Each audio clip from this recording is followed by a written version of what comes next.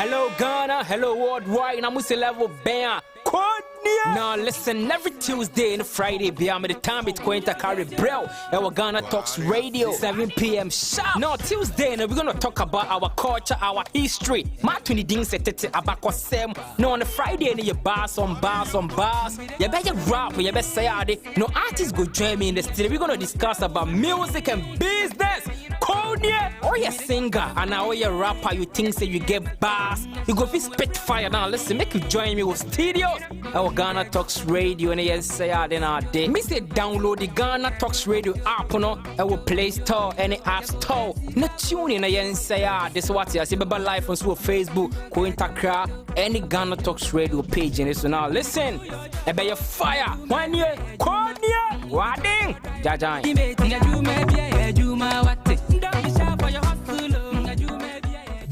Are you ready to amplify your business or brand's reach and make a meaningful impact in Ghana and beyond? Partner with GhanaTalks Radio today to connect with a diverse audience across Ghana and beyond.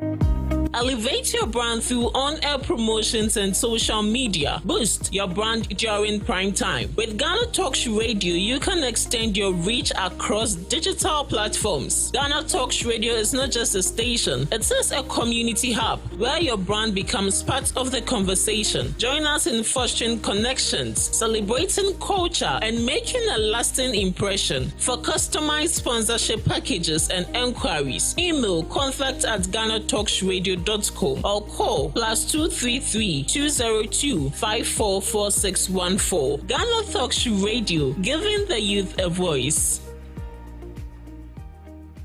What do you want for breakfast? How do you want your breakfast? English breakfast, French fries. Koko Nikosi, alo komi kesheto. Wache. Well, Gobe is the real deal. Join us on GhanaTalks Radio. Let's serve you a buffet of breakfast. From news headlines review, current affairs to social issues. Entertainment, sports, and all the trending stories live on our mobile app and across all socials from Monday to Friday, 7 a.m. to 10 a.m. With me, Pakwesi Omare, Regina Bless, Deborah Adoso, and I am Esinal Fiagbedu. This is GhanaTalks Breakfast Show. This is GhanaTalks Breakfast Show, your morning companion.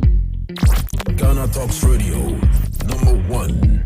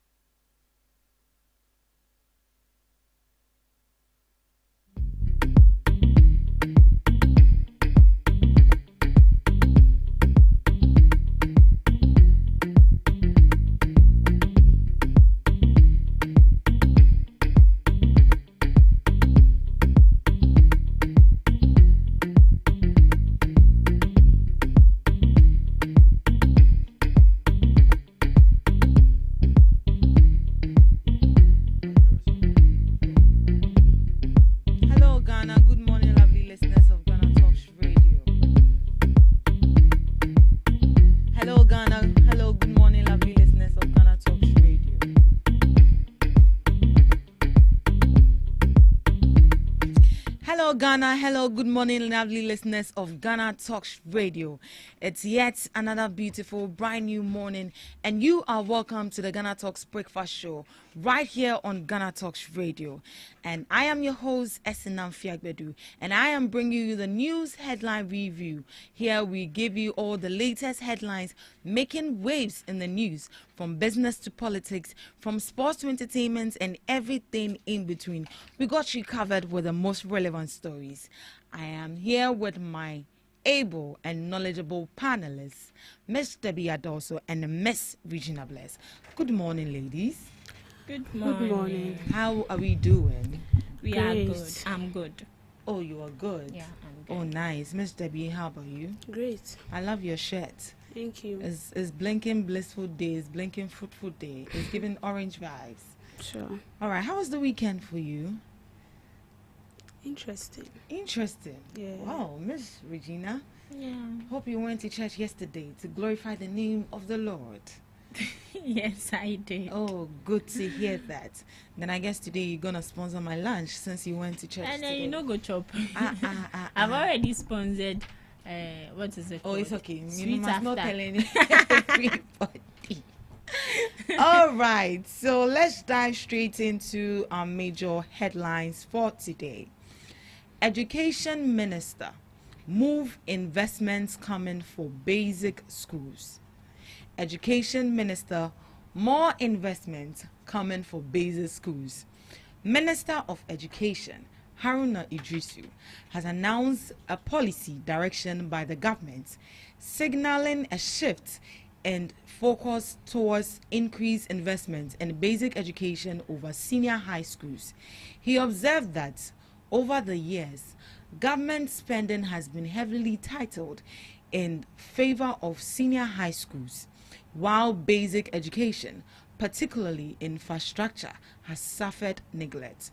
Mr. Idrisu made this announcement at the 21st Annual Education World Forum in London under the theme, Building Stronger, Bolder and Better Education Together. In his address, he emphasized that strengthening basic education is now a critical priority for the government. In his words, he said, access to quality education with improved learning outcome. That is the vision of the new government, and to invest more in basic education. If we review an assessment of our education funding regimen in the last decade, you will find proportional expenditure weighed in favor of free senior high school against basic education and tertiary education. But now there's a shift, and that shift is to prioritize basic education. The forum serves as a crucial platform for enhancing international collaboration and strengthening partnerships in education. Haruna Idrisu also seized the opportunity to engage with numerous donor partners who are making significant contributions to the Ministry of Education, reinforcing the government's commitment to advancing educational initiative.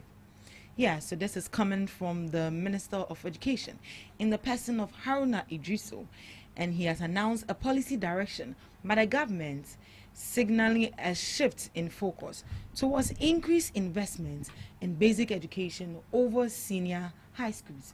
So in his words, he says that he has observed that over the years, over the decade, it looks like attention has been given to senior high school, and that is, that is worrying, because they don't really focus on the basic school, but rather they focus on the senior high school.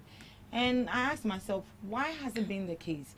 Is it that they feel the basic education, is well enough to do, or is doing well? Because I believe if you should go and question some of the teachers or the tutors in the basic education sector, I'm sure they have some problems they would like to outline.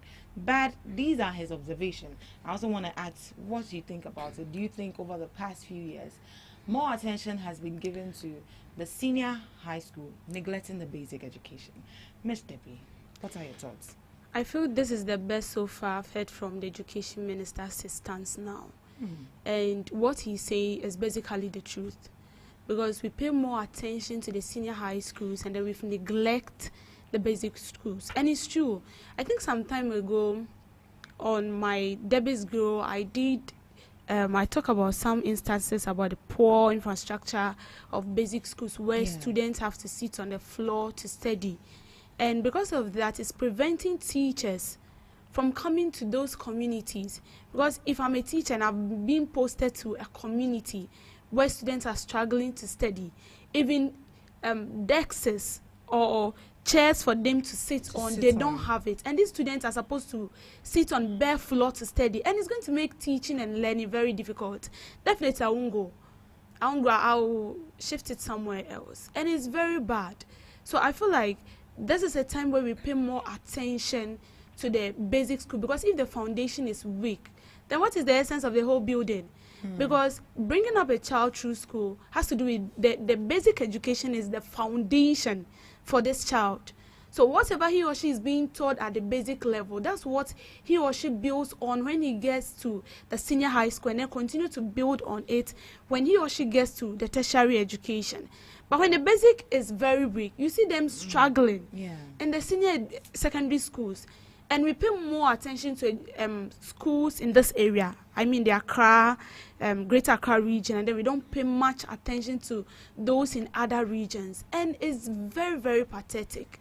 Very, very, very sad. So I feel like we should pump more money into the basic education, and then we should also pay much attention to that. Because how can you be going to school and anytime it's cloudy, you have to pack your things and come home? Because anytime it rains, it's going to distort teaching and learning. And as it stands now, we are still struggling to build our education. Then what is the essence of celebrating Independence Day? Because you celebrate Independence Day because you feel like you are improving or you are growing as a country. But Ghana is how old now? 1969. And we are still battling with all these issues. And then you see students study in a death trap, like a building that is dilapidated. And see, it's very, very, very sad. When you are in this region, you won't feel the heat that much. But then when you get to like some parts of the northern region, some parts of the Volta region, some parts of the OT region, see, you'll be sad.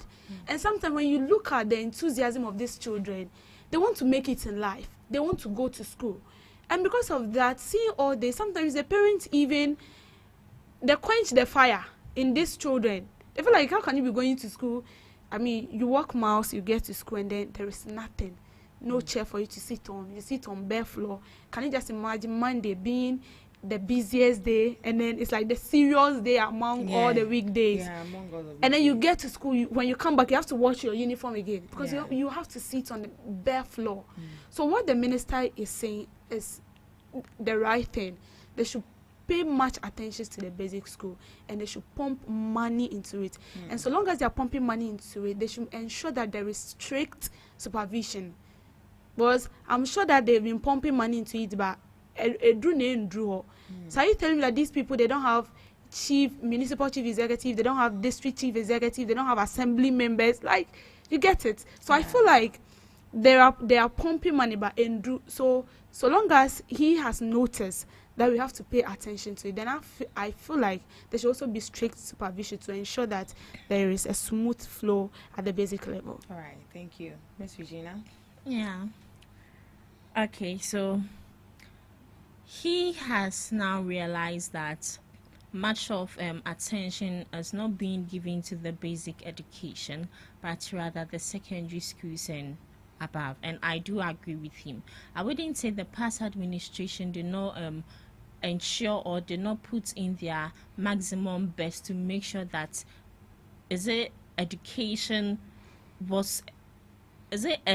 necessities of education was not met, but they tried their possible best when it came to the secondary school aspect. But the only problem we had was how they focused solely on the free education and also SHS and all that, and neglecting the basic education.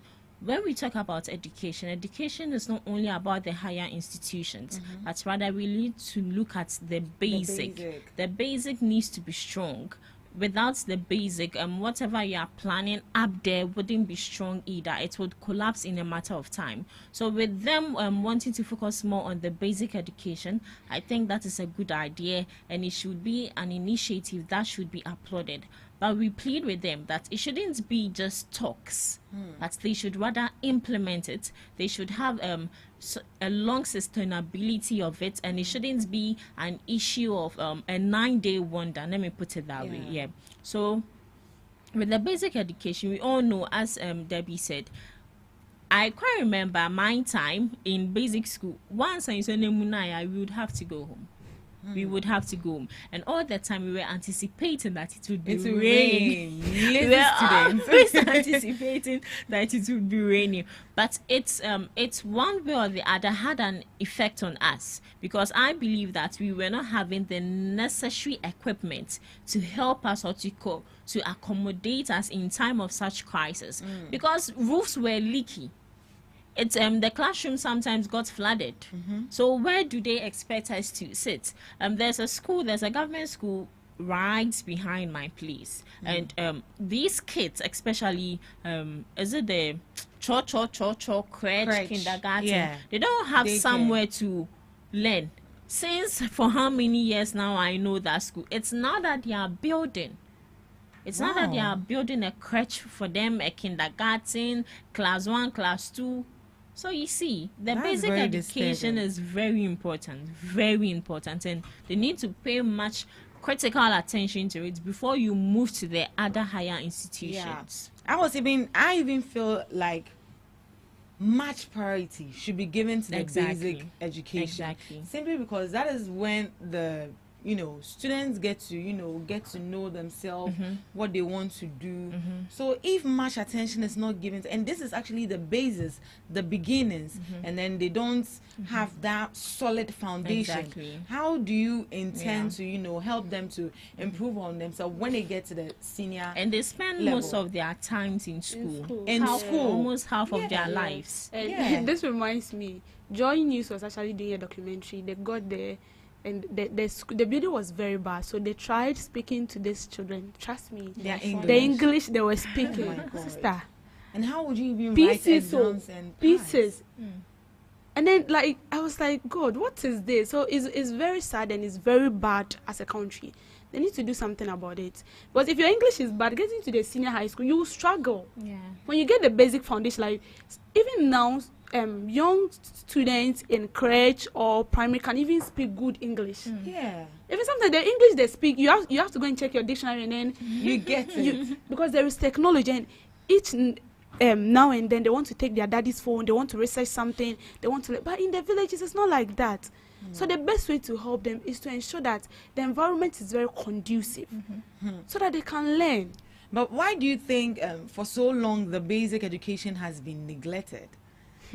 And then from his speech, and then they have focused on the free senior high school. Is it because they wanted to make a name?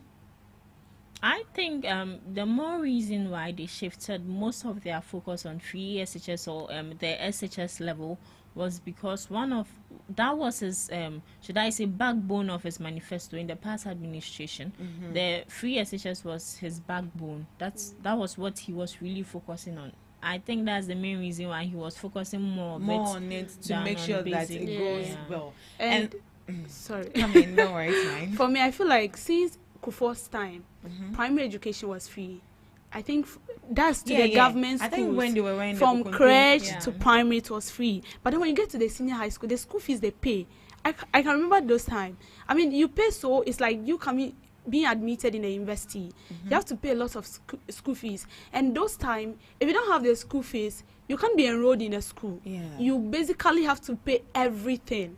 So I feel like they were paying more attention to the senior high school because they feel like a student who come all the way from crèche, JHS, and after JHS, because he or she doesn't have money, they have to drop out, go and fix themselves into some sort of businesses before they can actually continue with their education. So I feel that was the main reason why they focus more on the tertiary education. Because with the free SHS, I've heard people who have completed like somewhere 2018 JHSO 2018, 2019, immediately the free SHS came, like in term, because they've been home for so long and they feel like they were like sickening new. So they just have to, even though they are old, but they want to be educated. Yeah. So when it comes to the basic education, we've had issues with infrastructure where we've seen school children actually sitting on the trees.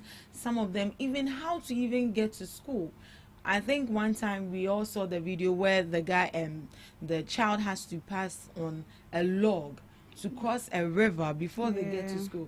So apart from infrastructure being a problem to the basic education, what other areas do you think that English should they focus more on? Like more investments should go into English. The English still, then like, I think that has to be with trained personnel. No. Yes.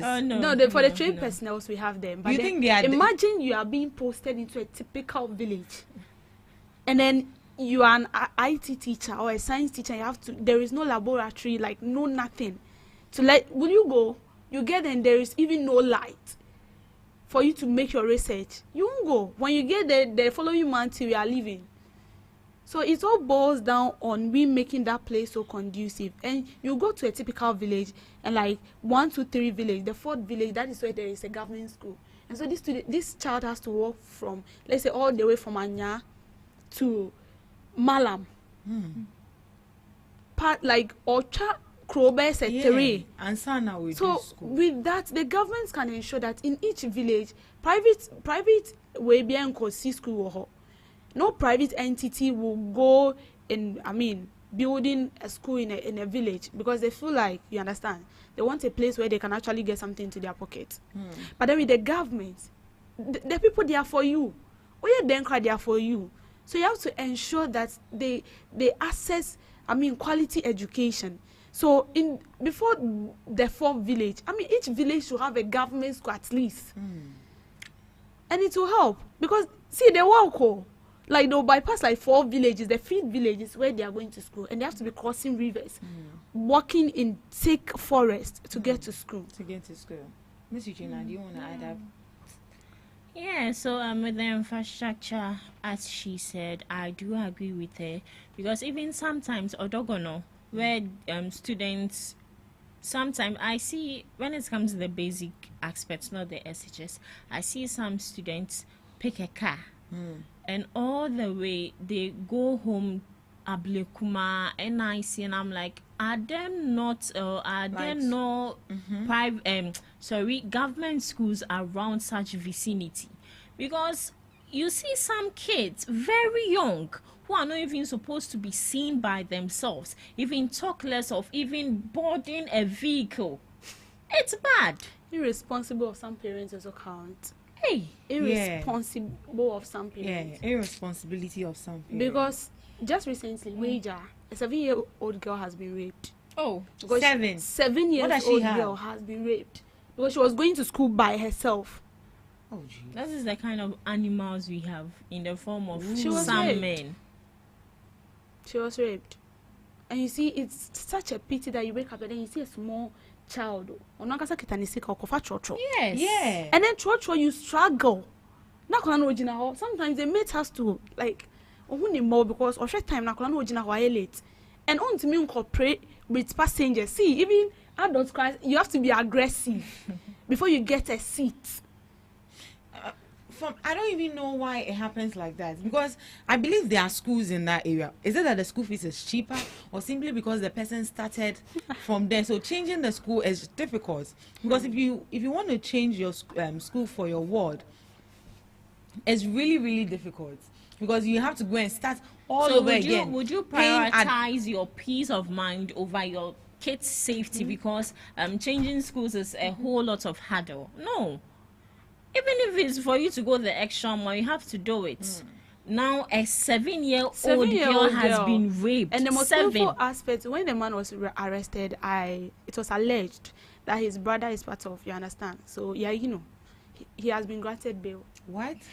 Yeah. All right. Moving on to our next news headline. EduWatch calls for legal backing of National Apprenticeship Program. African Education Watch has called for the legalization of National Apprenticeship Program to ensure its continuity and prevent future governments from abandoning it. This call was made during a Young People's Forum on Thursday that seeks to address youth unemployment and close the skills gap.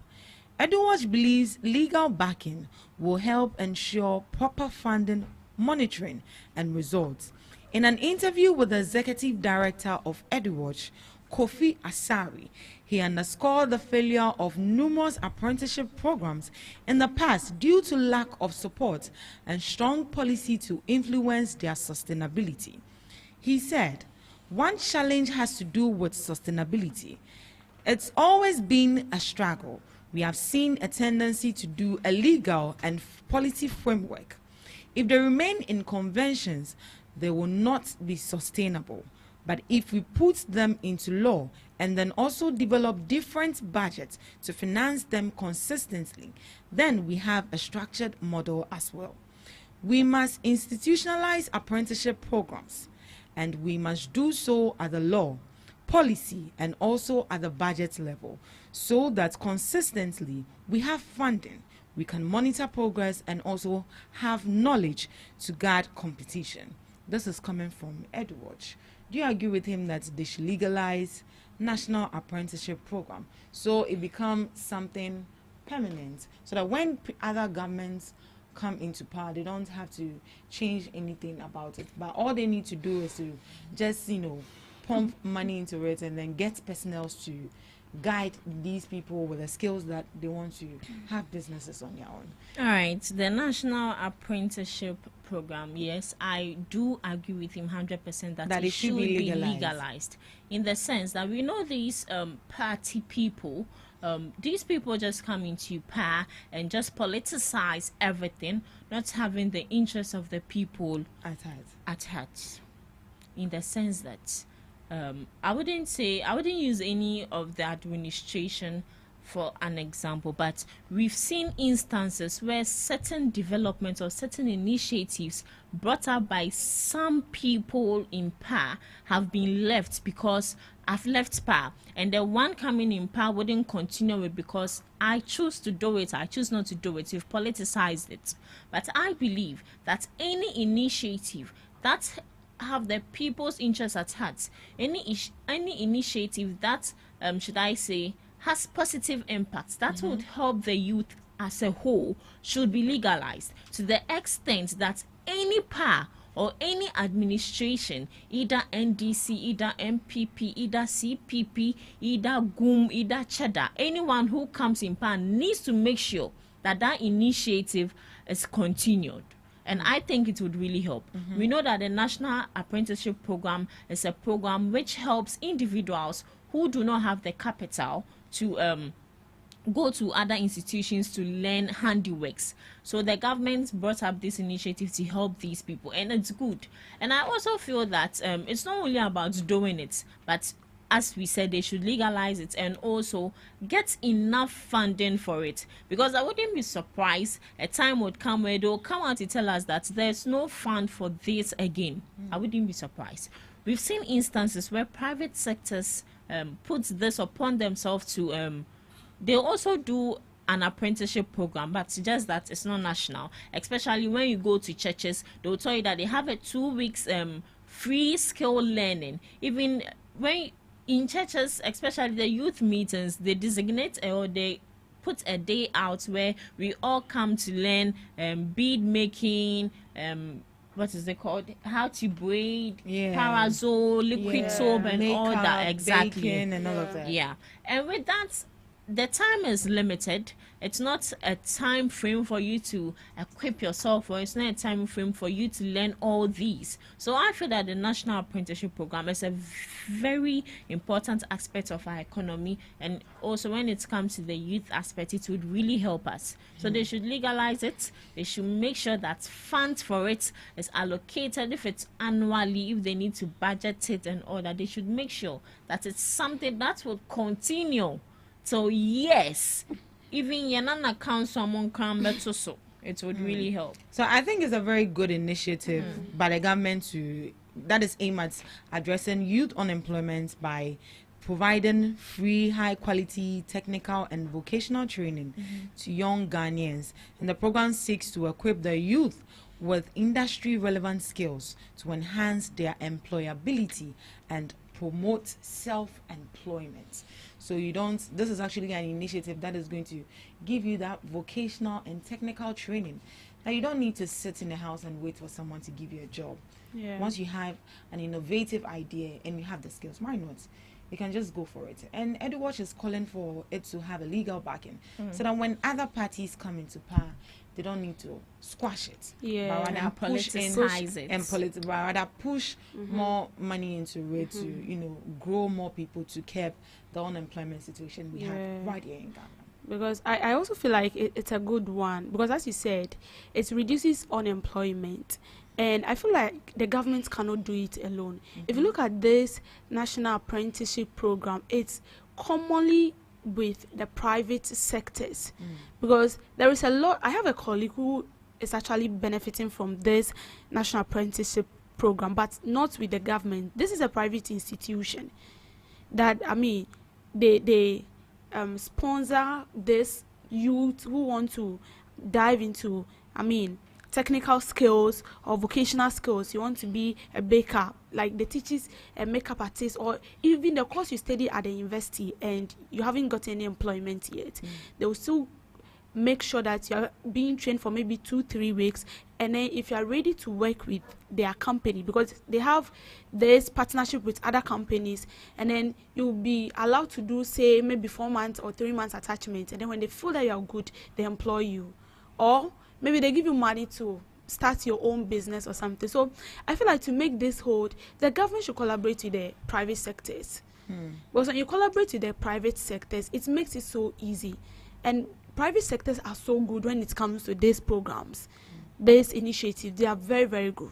Even when you look at NGOs, 90% are private. They are from the private sectors. So I feel like the government should collaborate with the private sectors so they'll make it very easy and then sustainable. If not, and they're behind. But aside looking at money to sustain it, is there any other thing the government can do to sustain it aside pushing in more money? Well, yeah, they can also think about other things like pushing in money to help these people. They can actually bring up, maybe like this private sector I'm talking about, they have collaboration with institutions that are connected with what you are doing. So immediately you are done, they push you to that institution. It's not like I feel like I struggle, I pay baby, no. So the government can equally learn that as well. And as I said, they can't do it alone. So when they partner with this private institution and they look for these sectors that are so much into it, they can actually employ these people into that, into like basic institutions where they can earn money. And yes, sir, it will be very sad because recently there is a women group at Northern region, and then they are being taught this vocational skill or something, but then they are complaining of fund. They learn, and at the end of the day, it becomes useless because they are staying in the house and they don't have capital to start what they've learned. So what is the use? So in as much as you're pumping money inside, you can actually collaborate with other companies. Immediately they are done, they push some of them into that, and people want to be on. We have people that want to be their own bosses, and people feel like they want to be their own bosses. You give them the capital to start, and then people feel like, no, I want to work with a company. You push them into those companies, and then and even if these people will learn it and they become masters of the game, they are also eligible to employ other people and then teach them. And I think it goes on and on and on and on and then express just like that. Miss Regina, do you agree with what I just said? Yeah. Or you have and it should not be politicized. Please. That is the main reason EduWatch is advocating that it should have a legal backing, so that when other parties come into power, they wouldn't, and then this kind of notion that my buying a bus when was me and family and we should stop that. We should leave that kind of mentality somewhere. What buying a bus today? What buying a bus to buy a buying a be idea. So let's all enjoy it. They should employ everybody, not because I'm an MPP member, I have to employ taking only MPP people, share out. I mean, letters to MPP people to sign and come in. No. All right, moving on to our last news headline. Finance Minister pledges import restrictions to boost local industries. The Minister of Finance, Dr. Kiselato Forson, has pledged to spearhead a new policy direction that will restrict the importation of goods that can be produced locally as part of broader efforts to stimulate domestic manufacturing, create employment, and protect Ghanaian industries. The commitment was made during a meeting with the Plastic Manufacturers Association, where the sector's key concerns were discussed. The association appealed for a fairer tax structure to prevent a disappropriation burden on a few businesses and raise alarm over issues such as export hurdles, misuse of import exemptions, and the dumping of substandard imports into the country. Dr. Forson acknowledged the challenges and reiterated the government's focus on economic stabilization, curbing inflation, and reducing the exchange rate, all of which impact port duties and business operations. In response to revenue-related concerns, the minister also disclosed that collaboration with the Ghana Revenue Authority is underway to seal revenue leakages at the port, ensuring a more robust and transparent trade environment. Ms. Regina, what's your overview? All right. So they would restrict importations. Yeah, on locally manufactured. Yeah. On, Yeah. on locally manufactured. No, on imported. On Imported goods that can be sorry. manufactured locally. Sorry. You know, I was reading through before you started, and one thing that came in mind was the people importing plastic goods, especially, how is it said, tubes, containers, and all that. It can be manufactured right here in our country. We have people, plastic companies who recycle plastics into containers and all that. But look, when you go on TikTok especially, we have some ladies, Ghanaian ladies, who are on TikTok, who manufacture or produce lip glosses themselves. Yeah. They go as far as importing these lip tubes and other containers, plastic containers from China, right into the country. It can be produced right here. And I believe that when we produce something locally in our country, I believe it should be cheaper. But rather, the only disadvantage here is that it's expensive compared to what is being brought out of the country. China is very cheap, and once it gets here, you just pay something small. We have people who have set up groups of thousands of people, and they've captioned it China pot. So whatever thing you've seen in China, you want someone to just purchase it for you. They have someone who goes into China and bring all those things, and once it gets to the warehouse, trust me, it's just something small. You just bring this, then you just put it together and go for your things, and it's even cheaper. But when these people produce things locally here, it's expensive, we know, but at least they should reduce it for us a bit. We are not saying that cheap things should come cheap or expensive things should come cheap. It can be affordable, it can be expensive yet affordable, it can be quality yet affordable. But we also have the notion that Ghanaian goods are expensive. We do understand, especially. And I think it's simply because of the taxes. Exactly. Yeah. So it all boils down to the government. Unnecessary taxing shouldn't be involved here. Even if unnecessary taxing is involved, that is where collapse of businesses comes in. I would rather focus on China goods because it's much way less expensive. So I think and I believe that if they restrict the importation of goods and focus more on locally manufactured goods here, it would help us even as a country. Yeah, it will create jobs. Exactly. Obviously, because people will get employed. There's going to be an expansion because people will be demanding more for it rather than, importing it. Yeah. So why not just, putting more money to create other industries to serve the demand. Yeah. Mrs. Debbie. Ato is really forcing. Ato forcing. Ato is really forcing. Hey, trust me. This is bad, my nigga. He's really forcing. Trust me. Nice. That was a good call. Yeah. That was really a good call. But you see, they have to ensure that the kind of perception we have about locally made goods in this country has to be cleared off. If not, it will be very, very difficult. Here lies the case. Even the moment you are giving birth to, you are told that Ghana made goods are not good enough.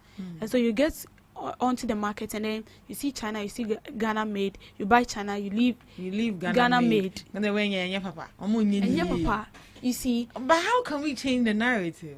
I think they should do it of good quality. It should be of high quality. Because if you look at Kantanka and the cars he manufactures, It's very expensive, oh. sure. He's doing great job, but it's very, very expensive. Vehicles that do not use fuel, it's be very, very expensive. At least, It's sorry to interrupt. It's expensive because government has imposed so much taxes on it. Yeah. so then they Because- have to scrap it. He imports some of the parts of the From- cars. yeah. Yeah, so obviously. So they have to scrap. And now that Ato is forcing and the CD and the dollar is so It's you get doing it. well. So definitely, I mean, we will feel the benefit of it, but it's going to take some time. It's definitely going to take some time because it's like the old things you've purchased, you are not done with it. Do you get it? The old thing you've gone into purchase and you've put on it a fixed price, you're not done selling it, so definitely they will still be stacked somewhere. But then coming back to what we are talking about, I mean, it is a good call, but it should be of high quality. And as she said, it should be less expensive. See, Ghanaians, they are good though. They'll try something. I want to mention one, but it's okay. I'll say it back though. They'll try something very nice, and then within 2 to 3 months, I say, you buy the same thing, and then it tastes different. Like you don't even know. From the beginning, they start on a good note, and then they attract a lot of consumers. And then when you get to the middle where I think that they feel like they are getting more money or something, then they spoil everything. They have to be very consistent in what they are producing, and it should be of high quality. And if it is not less expensive, even me when I get to the market, I see the one. The one that is like less expensive, I'll buy it because you are doing management in living, so you have to manage everything. So we are pleading. It's a good call. It's but a good call from the yeah, minister. but they should also make sure that they fund these people. You know, some people actually, especially when you get to commercial like this, they produce sandals, normal sandals. Yeah, so it's quality. Yeah. I see an so they should invest into it and then fund those private industries. Yeah. in the I think country. it's a good call coming from the minister to champion policy blocking imports of locally made goods. All right, this is where we draw the curtains for the news headline review. Thank you so much for joining us. Up next, we have Debbie's Girl.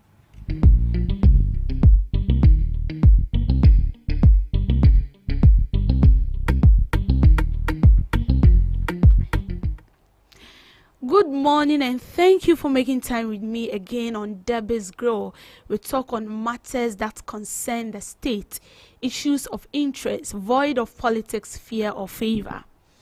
Now I came across this, the course of the week, and I kept thinking about it. Mohammed's coming back as president is like an insult to Ghana. So this is from Ghanaian actor Prince David Osei. Oday. I'm sorry if I didn't mention his surname very correctly. I stand to be corrected. He said Mohammed's coming back as president is like an insult to Ghana.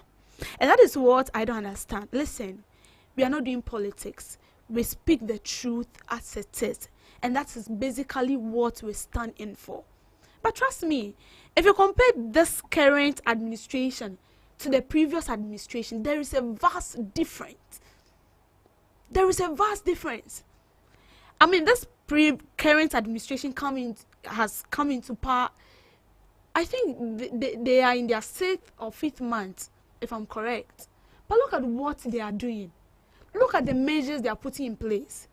They've inherited a country that was in a mess. And then you sit down at your comfort zone, and then you say that the coming back of President Mahama is an insult to Ghanaians. How is it an insult to Ghana? I want to know. That is what I don't understand. How is the coming back of President Mahama an insult to Ghanaians? This is a man who said he's going to ensure that the cedi to a dollar is stabilized. And you can actually testify to the fact. Now, cedi to a dollar is 11 cedis, 50 pesos. This is a man who made promises and he's working towards that. I won't say he has completely achieved it because he is still working on what he has promised to do. But you saying that the president coming back is an insult to the country, that is what I don't understand. Now, we all know you are affiliated to a particular political party and you've made it clear. Now, when your government came into power, you see, this is one thing I don't like about we Ghanaians. We don't like to speak the truth. No, we don't. We see the truth as it is, but then we don't want to because we are affiliated to a political party. And even if the political party is doing the wrong or the right thing, because it is my party. And a party, no, so when they are doing the right or the wrong thing, I stand by them. We don't speak the truth as a country. No, we don't. This is someone who promised us. Then time I remember Kinke was 3 cedis or 2 cedis or even 1 cedi. He said it was too expensive. Your government told us that the cedi to a dollar then time, I think 4 cedi, I stand to be corrected, said, oh, it was too high. They promised us heaven on earth. He basically told us that yet is accommodate. And he brought a nice initiative, very enticing and attractive. And then we felt like, no, we need change. And then we voted them into power. What did we see? Now, let's be sincere. What did we see? The economy was very bad. And you can attest to the fact that they were not a listening government. Because even if things were going wrong and then you go out to pour out whatever you have to say, they don't listen. We were here when they told us that they are bringing it in an economic wizard. And they said he is the Messiah to recover, bring back our economy on track. What did we see? They ended up brought in e-levy, pumping champagne, then cutting cake on top at the expense of the taxpayer. They cancelled toll booths, and the only thing we can survive on was to go to IMF. And every day we sing one song, we are beyond aid. We are never beyond aid. Because we see ourselves to be beyond aid. And then we go about seeking for arms. And then now that we have a new government, and they are trying their possible best to bring back the country on course. You sit somewhere and then you say that the president coming in is an insult. Wow. It's an insult. I think by now, you people should be ashamed of yourself. Bow down your head in shame. And think about possible means to also play your part. This is not the time to be throwing, insults here and there. No. Even if they are not doing what you feel like they are doing, I'm not the one saying this. Ghanaians are equally happy. It got to a time rice was sold as 1,500. Oil was getting to almost 1,600. And we were quiet. Because it looks like the money was pumped into a particular person's pocket. And then we didn't get to speak anything about it. And then you tell us that someone, the citizens of this country see to be a visionary leader. They voted for him, and then you sit at your comfort zone to tell us that it's like he's an insult. You were the same person. You posted some things, talking ill about this current president. And then you came out sometimes to apologize that it was your brother. So this one too, it is your brother or your sibling. You're not the one. See, let's be mindful with our words. Let's be mindful with what we say. In as much as he's the president of this country, in as much as you do not like him or you do not like how he's going about with his duties or his activities, you cannot say it's an insult. No. This current administration, I would say, is not an insult or a curse. I'm not being politicized here, but I'm saying the truth as it is. Because I'm equally feeling the heat. At that time, we buy watch it. Now, watch it is so 10 CDs. Watch it alone 10 CDs. The babies are not part, only the watch it 10 CDs. And then now that we are trying to bring back everything on track, you want to rubbish. And as I said, it's not about anything we have to be politicizing. No. We shouldn't be interested in politicizing everything. If you look at this and it is truth, let's say it as it is. And let's forgo politics. If we should talk about the worst government we've experienced so far, it should be the previous administration. I'm not that old, but then I've experienced certain things. I've seen certain things in this country. And the previous governments have been the worst ever we've experienced in this country. I mean, speak the truth. The worst. The worst ever. So if we should talk about someone who is an insult to the country, then you should be looking at it the other way, not what you are saying. Please. Let's forgo politics. What you said, I think maybe you should go and retract your words and then frame it very well. Because in as much as you don't like the person, you should also have it in mind that he is a leader. And if this is how we want to go about it, then I'm not sure we are going to see improvement in this country. Because he's in for the people and not for any political party. And I don't see President Mahama as an insult to Ghana. And I don't see the current administration as an insult to Ghana. Yes, this is their first term. Yes, they haven't completed their 4-year term in government. But if you put the lenses of politics aside, you will see the truth behind that. So if we do politics and focus on the real truth and talk about it, then trust me, we'll be marking time. And we'll see no growth. And let it be at the back of your mind. This current administration is not an insult to Ghana. Thank you for making time with me on Debbie's Grill. Thank you so much for making time with Debbie's Grill. Be mindful of your words. If JM is an insult to you, he's not an insult to us. Thank you. Miss Regina, tell me something. All right, I'll tell you something. Okay, so bringing you Today in History and Did You Know, live on GhanaTalks Breakfast Show. On this day, 1963, signing of the OAU Charter.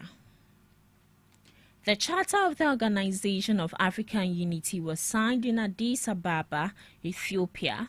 This pivotal event marked the formal establishment of the OAU following the initial meeting of African leaders on May 25th.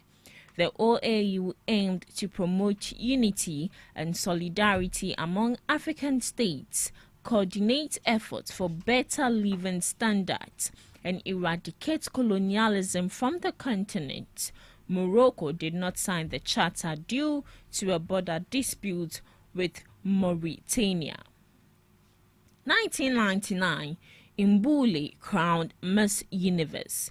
Mbule of Botswana made history by becoming the first African-born woman to win the Miss Universe title. Her victory was celebrated across Africa as a milestone in representation and empowerment. Moving on, Martin Luther declared a heretic by the Edict of Worms. Passed this day in 1521, the Edict of Worms banned the writings of Martin Luther, a German cleric whose effort to change the church led to the Reformation and declared him an outlaw and heretic who was to be captured. Today is National Sorry Day, officially the National Day of Healing in Australia. It's an event held annually on this day commemorating the stolen generations. It is part of the ongoing effort towards reconciliation between Indigenous and non-Indigenous Australians. Today is Independence Day for Georgia. Georgia celebrates its Independence Day on this day. This day commemorates the establishment of the Democratic Republic of Georgia in 1918, following the Russian Revolution, and marks the restoration of its independence. Today is Mother's Day in Poland. Mother's Day in Poland, known as Dzień Matki, is celebrated annually on May 26th. On this special day, mothers receive heartfelt wishes, beautiful flowers, or sweet treats. Children express their love by singing songs, reciting poems, and creating handmade cards. Moving to some few did you know for today. Did you know that avocados are berries? Avocados are berries according to botanical definitions. Botanically, a berry is a fruit that develops from a single ovary and contains seeds. Avocados fit this definition, having a single seed encased in a fleshy pulp. While often used in savory dishes and mistaken for vegetables, they are botanically classified as berries. To our last did you know that chocolate was once used as currency? In the past, chocolate was actually used as a form of currency by civilizations by the civilization like the Mayans. Specifically, they used cocoa beans, which are the main ingredients in chocolates, as a medium of exchange for goods and services. For example, a rabbit might cost 10 cocoa beans, while a turkey could be worth 100 cocoa beans. And this is where I end today's Today in History. And did you know, live on GhanaTalks Breakfast Show? Join me same time tomorrow for more amazing and fascinating facts. Thank you so much, Miss Regina Bless, for that fascinating fact.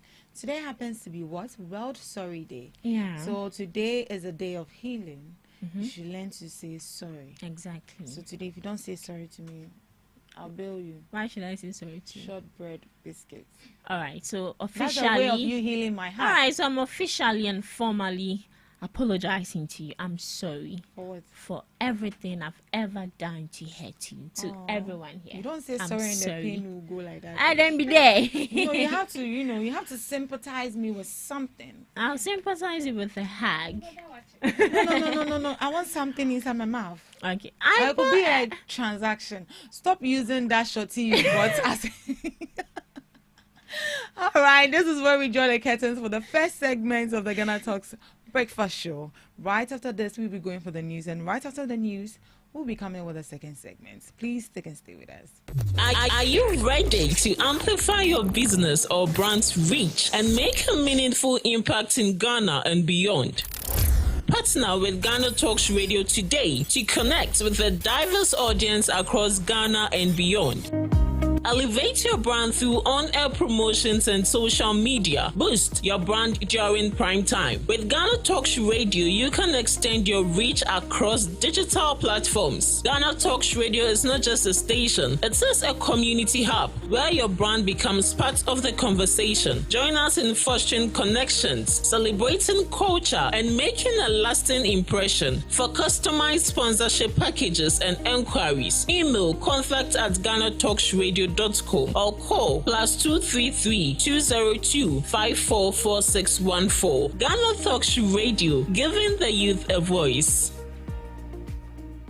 What do you want for breakfast? How do you want your breakfast? English breakfast, French fries. Koko Nikosi, alo komi kesheto. Wache. Well, Gobe is the real deal. Join us on Ghana Talks Radio. Let's serve you a buffet of breakfast. From news headlines review, current affairs to social issues. Entertainment, sports, and all the trending stories live on our mobile app and across all socials from Monday to Friday, 7 a.m. to 10 a.m. With me, Pakwesi Omare. Regina Bless. Deborah Adoso. And I am Esinal Fiagbedu. This is Ghana Talks Breakfast Show. We bring you local news, business news, international, sports, and entertainment news. Right here on GTR.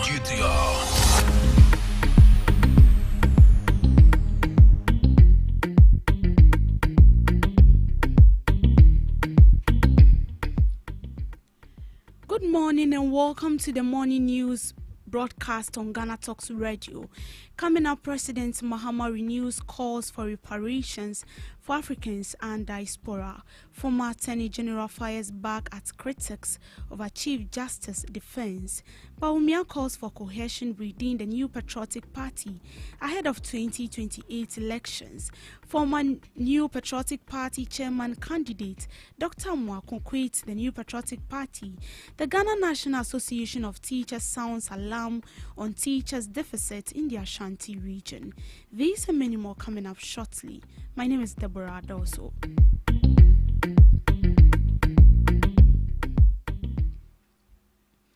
President John Dramani Mahama has reaffirmed his commitment to securing justice for Africans and people of African descent through reparation. He made this revelation as African Union marks 2025 for reparatory justice. President Mahama emphasized the need for comprehensive advocacy and policy frameworks to address the effect of the transatlantic slave trade, colonialism, apartheid, genocide, and neo-colonial exploitation. He called for a collective action among African leaders, civil society organizations, the global African diaspora, and international partners to push for reparations and justice. The president highlighted the profound economic impact of colonialism on Africa, citing the continent's loss of trillions of dollars in human and material resources due to forced extraction of wealth. By addressing historical justice, President Mahama believes Africa can unlock its full potential and promote a brighter future for its people. The African Union has declared 2025 as the year for justice for Africans and people of African descent through reparations. As the AU champion for this critical cause, I'm deeply committed to working with you all to achieve this final objective. For too long, the legacy of slavery, colonialism, and neo-colonialism has cast a long shadow on the lives and progress of Africans and people of African descent. These historical injustices have left deep scars. Reparations are not merely about financial compensation, they are about acknowledging the profound and enduring damage inflicted upon our people. They are about confronting the uncomfortable truths of our past and taking concrete steps to rectify these wrongs. We seek justice, justice that encompasses a comprehensive range of measures, including official and unequivocal apologies from the nations and institutions responsible for perpetrating these historical injustices, addressing the crippling debt burden that continues to stifle economic growth in many African nations, a direct consequence of exploitation and unfair trade practices, providing resources and expertise to empower African nations to achieve sustainable development and participate fully in the global economy, returning stolen artifacts and cultural treasures that rightfully belong to our heritage, investing in the educational initiatives to promote a deeper understanding of African history, culture, and contributions to the world. This is not a simple task. It requires courage, determination, and a unified front.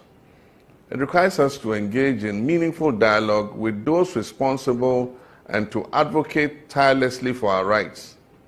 I call upon my colleague African leaders, civil society organizations and youth groups, and members of the diaspora to join hands in this important endeavor. Let us work together to build a future where justice prevails, where the wounds of the past are healed, and where the potential of every African and person of African descent is fully realized. Let Africa Day 2025 be a turning point. Let us reaffirm our commitment to building a continent of prosperity, opportunity, and equality for all our people. Moving on, Attorney General Godfrey Adame has responded to critics regarding his defense of Chief Justice Gertrude Tokonu, emphasizing that every lawyer involved in the case has known political affiliations. This statement comes amid ongoing scrutiny and debate over the Chief Justice's role and legal proceedings. He defended his role in representing the Chief Justice, arguing his actions are not solely political but rather part of his legal duties. The former Attorney General urged critics to recognize the political landscape within which legal professionals operate, noting that impartiality is often difficult to maintain. I think the point also ought to be noted that all the counsel for the petitioners are all politicians and politically exposed persons. Chatuchi Kata, nobody can be more of a politician than Chatuchi Kata. President Mohammed's lawyer in the 2020 presidential election petition, and who subsequently became lawyer for Daniel Ofori in the court, and the same Daniel Ofori turns out to be the petitioner against the Chief Justice, and that same person who was President Mohammed's lawyer now is the lawyer trying to prosecute the Chief Justice before the Committee of Inquiry. It's very, very serious. The President's lawyer, Chatuchi Kata, is the one who is leading the assault against the Chief Justice. And then Thado Sori, lawyer for the Speaker of Parliament, Aban Bagbin, also leading the charge against the Chief Justice. So you see two arms of government, the executive and the legislature, their respective counsel are the ones going against the Chief Justice.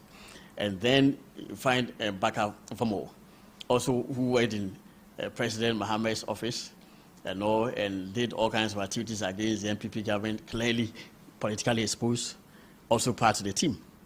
So if there's any group of people who have actually politicized this process, it's the NDC. And I do not think that my entry into it changes the story at all, because as far as I'm concerned, my record of defending the judiciary and standing up for the independence of the judiciary and deploring unjustified interferences with that independence, which is assured by the Constitution, is there for all to see. And my record of conducting constitutional cases and all that is also there for all to see. So I think that all these statements more or less are a distraction. The court ought to look at the merits, or the public ought to examine the merits of what the Chief Justice. He further praised the suspended Chief Justice, describing her as a strong woman who remains steadfast in her belief that the truth will prevail. Well, she's a very strong woman. She's one of the strongest women I've ever seen. Indeed, she said two things. She said, number one, she was reflecting on the Word of God. She's a very strong believer in the Word of God. And then she remembered that, yes, David was even able to defeat a Goliath. That, yes, David was able to just use a very supposedly innocuous subject to defeat a Goliath. And so there's always hope. She finds confidence and trust in the Word of God, and she knows that the truth will come out. That is why she wants light to be shed on the proceedings. That is why she wants a public hearing the public to hear her case. She has kept quiet so far, never made any comment at all, whilst people disparage her and damnify her and all that. She's waiting for the day to speak, and it must be, as is usually the case under the Constitution, a public hearing. 2, she also said that she remembered, in the times of her reflection on the word of God, she actually remembered that even the most powerful man in the free world, Bill Clinton, at that time had an impeachment trial. Bill Clinton went through an impeachment trial, and that was the person who was supposedly the president of the United States of America, the most powerful person. In politics, former Vice President Dr. Mahmoud Bawumia has called on party members to prioritize unity and avoid verbal attacks. He emphasized on unity as crucial for the party's victory in the 2028 elections, warning that internal divisions could jeopardize their chances. Dr. Bawumia urged party members to put aside differences and work towards a common goal. He specifically warned against verbal attacks and other forms of divisive conduct that could harm the party's chances in the 2028 elections. Yes, some rules, and therefore to make sure that development now be a chefa. Me that will be answered. A dear here say, ocean numbers no. Ye be 2028, ye be Kunima, ye hear Cabo. You will come on the ye be simple, ye will numbers no. 80 years, share ye Casamo. Because times were Casamo, Nipa, Boom, every food. Ye call abatua a adventure and yet attended 80 yen susun kasa. Now, what did you be at tema? If you are on fine show, now problem ho. 80 Usha 2024 election last 3 weeks of the campaign. Na NBC. Omo campaign, they say Omo videos of MPP members, Omo Kasa against the MPP. Na sa videos no and omobo na enye asema eya asemde ya kasa ebe tia yina eti yensusu kasa na yina ewo nkaboma. Still in politics, former New Patriotic Party National Chairman candidate Dr. Richard Amwakoba has declared he is no longer a member of the New Patriotic Party. He attributes his resignation to the chaos within its ranks. Dr. Mwako cited that the party is captured by satanic influences and rampant dishonesty as reasons for his decision. He condemned the party's leadership, highlighting the alleged mishandling of significant issues with lack of empathy. So, Kumazi idea, the Tianko focus on more frame, radio station for no. The big case, more frame, mechanism, maybe a mechanism, and no question I make on. I can't say on 1% team of men friend. No crap, I make us. There be Dr. Bado friend of big trouble. And so I saw make a semicolon. Me, I'm in one penny for a big cata. And then I'm going to say the same. Now, oh, TFE. And to come once and officer, or more, put on pair some time, I will lose you, and national losing some Unquan of any and that. Then can create. Now we are a political party member. I just said the party be now generally achieve. There be yes and no. And you are there dear. I prefer to buy. Said almost yenny. Now ya generally so I dear pay. The China de Visibian agency. Number show. We look around in Yakas. Do it because me Jan. After I didn't a political party, I said, when you could grow and it's welcome. I think. Oh, my Jan, no crime, and yet, may canna, may yet, show letter now be but. Then it's all cut me say MPP me member because only and me cry and me cranko so asem no and it mean to me ye kwa yi o ma wakasa ye guso ye ho juma kakaka ye guso early yet na nke bi amu bete ho asem an kan kwa zo an o mu po mu ntimi ka asem a wo kan zia sam kakra a wo kan yo because o mu nim say asasa wa wukai omunyesa There has never been a time MPP form before on my friend say Brani and Kasana same. No. So want to meet your officer or chairman to only mean you no open way. Want to meet you company. So that will be your friend say a national phone, San or Minat.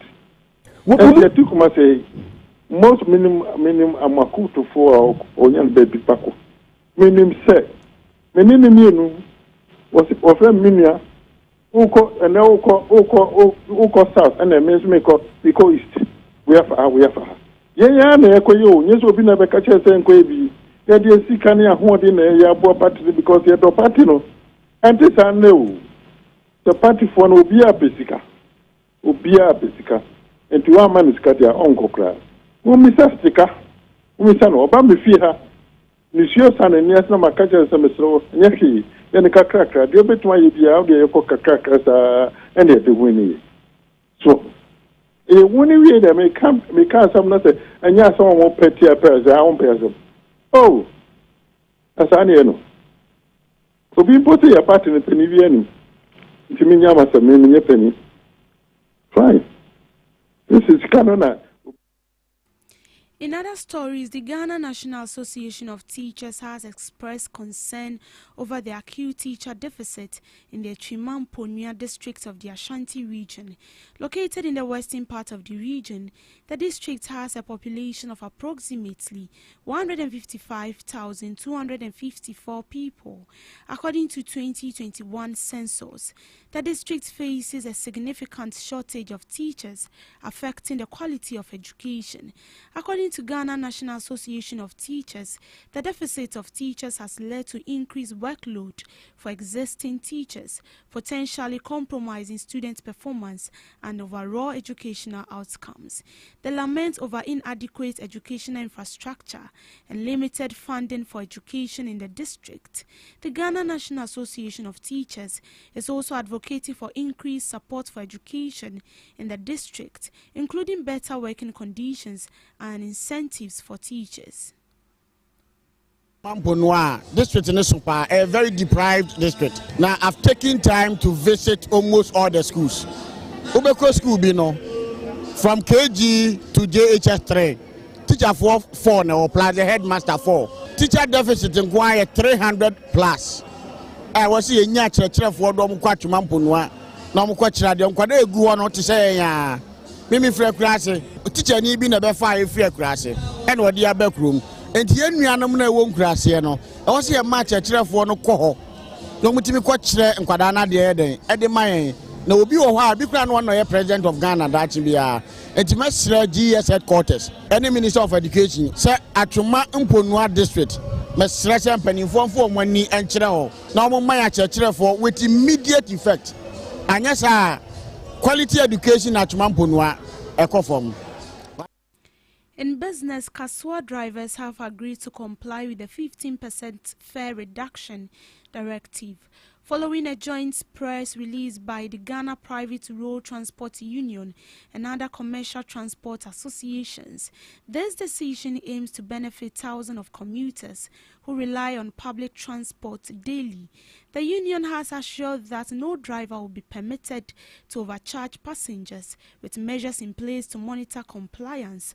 Although some drivers have expressed concerns that the fare reduction does not account for the expenses of spare parts, insurance and vehicle maintenance, commuters have welcomed the fare reduction, expressing relief.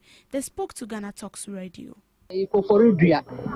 Na me buy me hu so ma tebo no so omo age me 50 Ghana na omo je 56 te me bo ma baso pa me bo ma baso omo ya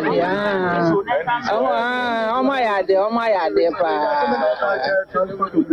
omo ye djuma papa ye de omo ase ya me ase ampana ebia eti ati say ya tisu mo but na no point me frukawa but omo tisu amaye but the person must want to sume say ne be ya ɛwa say this time I had him ebia so much to my wow drivers in the my idea mum any aban so idea aban no idea because aban that no ye wonu sa wow nti we say we abade na ye da na si ombo mo no ma eduane so bo mbra for my because eduane so ye say na say ye ti so a e say eduane so mbra form say ne be ya ye nyina be betu no kuta tensi ko betu ma to eduane ni nam na wadi na no anu no aban no ya idea ye fe na tete nyina so first na isama 31 ina kede 47 43 ina kufuri 56 beni nyina tete nyina so seji isama 27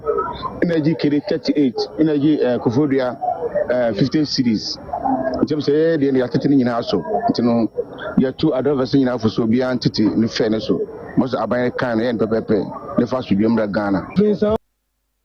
Still on business news, commercial banks operating in the country will now be required to maintain cash reserves in the same currency as the deposits they hold.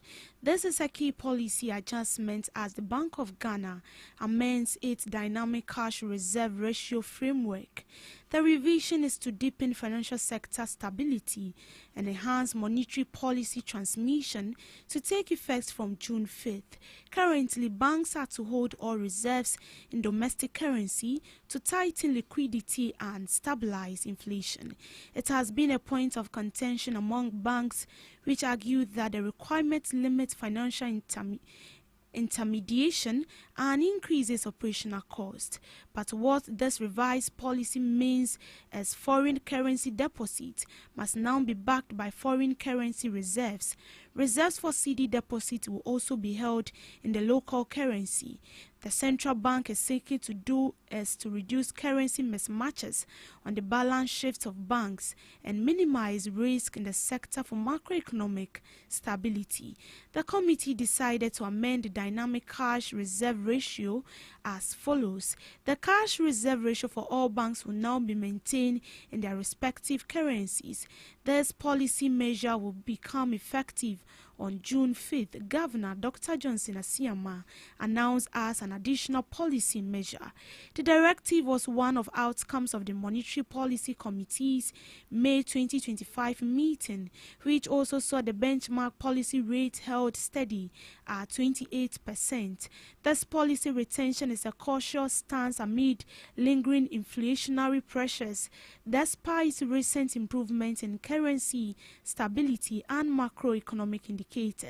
It is to further anchor inflation expectations over fears that price pressures could resurface the second half of the year. The latest forecasts point to continued easing of inflationary pressures on the back of tight monetary policy stance, exchange rate stability, and fiscal consolidation. Inflation is expected to ease faster towards the medium-term target in the first quarter of 2026, as opposed to the second quarter as earlier envisaged, bearing anticipated shocks. Despite this positive development, the committee observed that current level of inflation remains high relative to the medium-term target and will require maintaining the policy rate at 28.0%, the governor said. In sports, the public relations officer of Hohoe United Football Club, Kennedy Asante, has revealed how optimistic they were in qualifying to the Ghana Premier League after a close miss last season. He said this in an exclusive interview after Hohoe United sealed qualification from the Access Bank Division 1 League Zone 3 via a 3-1 win over Inter Alice at the Hohoe Stadium earlier on Sunday, May 25th. Hohoe United gained the license to operate in the division from Ghana League side Liberty Professionals, who changed their profile from a professional football team to an outright football academy 2 seasons ago. Last season we tried, but Vision FC was able to qualify ahead of us, so we were very optimistic that this season we were going to get a slot, and with the motivation, the focus and the direction of the club, we were able to achieve the feat, Kennedy Asante said. In Zone 2, Swedro All Blacks marked their return to the GPL after 16 years via a 3-0 win over New Edubiasi United. In Zone 1, a decider between Real Tamale United and Techiman 11 Wonders will take place on Friday, May 30th at the Accra Sports Stadium. Newcastle United sealed their golden ticket to the Champions League despite Everton securing a deserved victory at St James Park. Everton in 13th place before kick-off after their rejuvenation under manager David Moyes were more composed and ordered, taking the lead through Carlos' head after 65 minutes. Newcastle supporters were in a state of high anxiety until news filtered through that Manchester United were ahead against Aston Villa, sparking scenes of wild delight inside St James Park when the final result of the game came true. Qualification caps an outstanding campaign for Newcastle, who won their first domestic trophy in 70 years and their first silverware at all since 1969 by beating Liverpool in the Carabao Cup final at Wembley. To showbiz, a renowned entertainment journalist and communication specialist, Vida Duchumwa Boateng, has advised Hajia for real to turn her experience with the romance scam conviction into something beneficial. According to her, Hajia for real should use her experience to raise awareness about the risk and consequences of online scams to help others avoid similar situations. By sharing her experiences, she believes Hajia for real can support others who have faced similar challenges and providing a voice for those affected by online scams.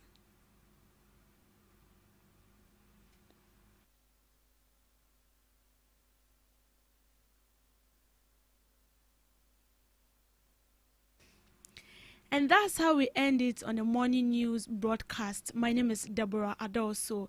Don't forget to log on to www.GhanaTalksRadio.com as well as logging on to all streaming platforms at GhanaTalksRadio.com. The breakfast show still continues with Mr. Omari. Do have a good morning. Are you ready to amplify your business or brand's reach and make a meaningful impact in Ghana and beyond? Partner with GhanaTalks Radio today to connect with a diverse audience across Ghana and beyond. Elevate your brand through on-air promotions and social media. Boost your brand during prime time. With GhanaTalks Radio, you can extend your reach across digital platforms. GhanaTalks Radio is not just a station, it is a community hub where your brand becomes part of the conversation. Join us in fostering connections, celebrating culture, and making a lasting impression. For customized sponsorship packages and enquiries, email contact@GhanaTalksRadio.com or call +233 202 544614. GhanaTalks Radio, giving the youth a voice. What do you want for breakfast? How do you want your breakfast? English breakfast, French fries. Koko Nikosi, alo komi kesheto. Wache. Well, Gobe is the real deal. Join us on Ghana Talks Radio. Let's serve you a buffet of breakfast. From news headlines review, current affairs to social issues. Entertainment, sports, and all the trending stories live on our mobile app and across all socials from Monday to Friday 7 a.m. to 10 a.m. With me, Pakwesi Omare, Regina Bless, Deborah Adoso, and I am Esinal Fiagbedu. This is Ghana Talks Breakfast Show. Hello Ghana, hello worldwide, I'm level band. Now listen, every Tuesday and Friday, beyond the time it's going to carry bro. Our GhanaTalks Radio, 7 p.m. sharp. Now Tuesday, we're gonna talk about our culture, our history. Matuni ding setete abako sem. Now on the Friday, you bars on bars. You better rap, you better say no artists go join me in the studio. We're gonna discuss about music and business. Konya, or you singer, and now you rapper, you think say you get bars. You go fi spit fire. Now listen, make you join me with studios. Our our Ghana Talks Radio and yes say then our day. Me say download the Ghana Talks Radio app no our Play Store and App Store. Na tune in yes say this what you say be live on Facebook, ko Intakra, any Ghana Talks Radio page and so now listen. E be your fire. 1 year, Konya, Wading, Jajan.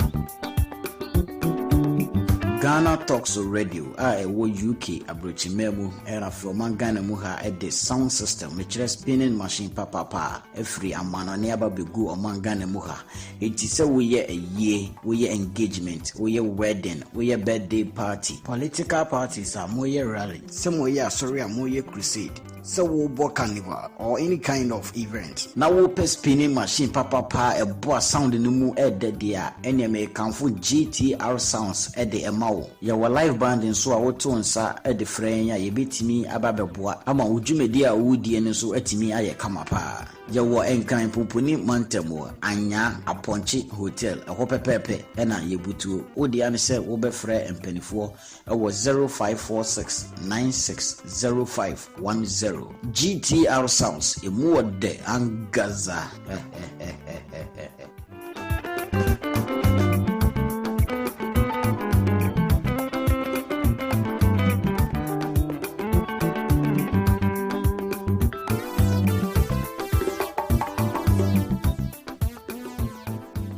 What do you want for breakfast? How do you want your breakfast? English breakfast, French fries. Koko Nikosi, alo komi kesheto. Wache. Well, Gobe is the real deal. Join us on Ghana Talks Radio. Let's serve you a buffet of breakfast. From news headlines review, current affairs to social issues. Entertainment, sports, and all the trending stories live on our mobile app and across all socials. From Monday to Friday, 7 a.m. to 10 a.m. With me, Pakwesi Omare, Regina Bless, Deborah Adoso, and I am Esinal Fiagbedu. This is Ghana Talks Breakfast Show.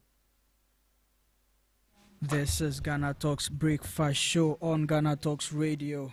It's another beautiful new week in the month of May. We are gladly very, very soon ending the month of May with so much happening in the capital of Ghana, Accra, and all over the country.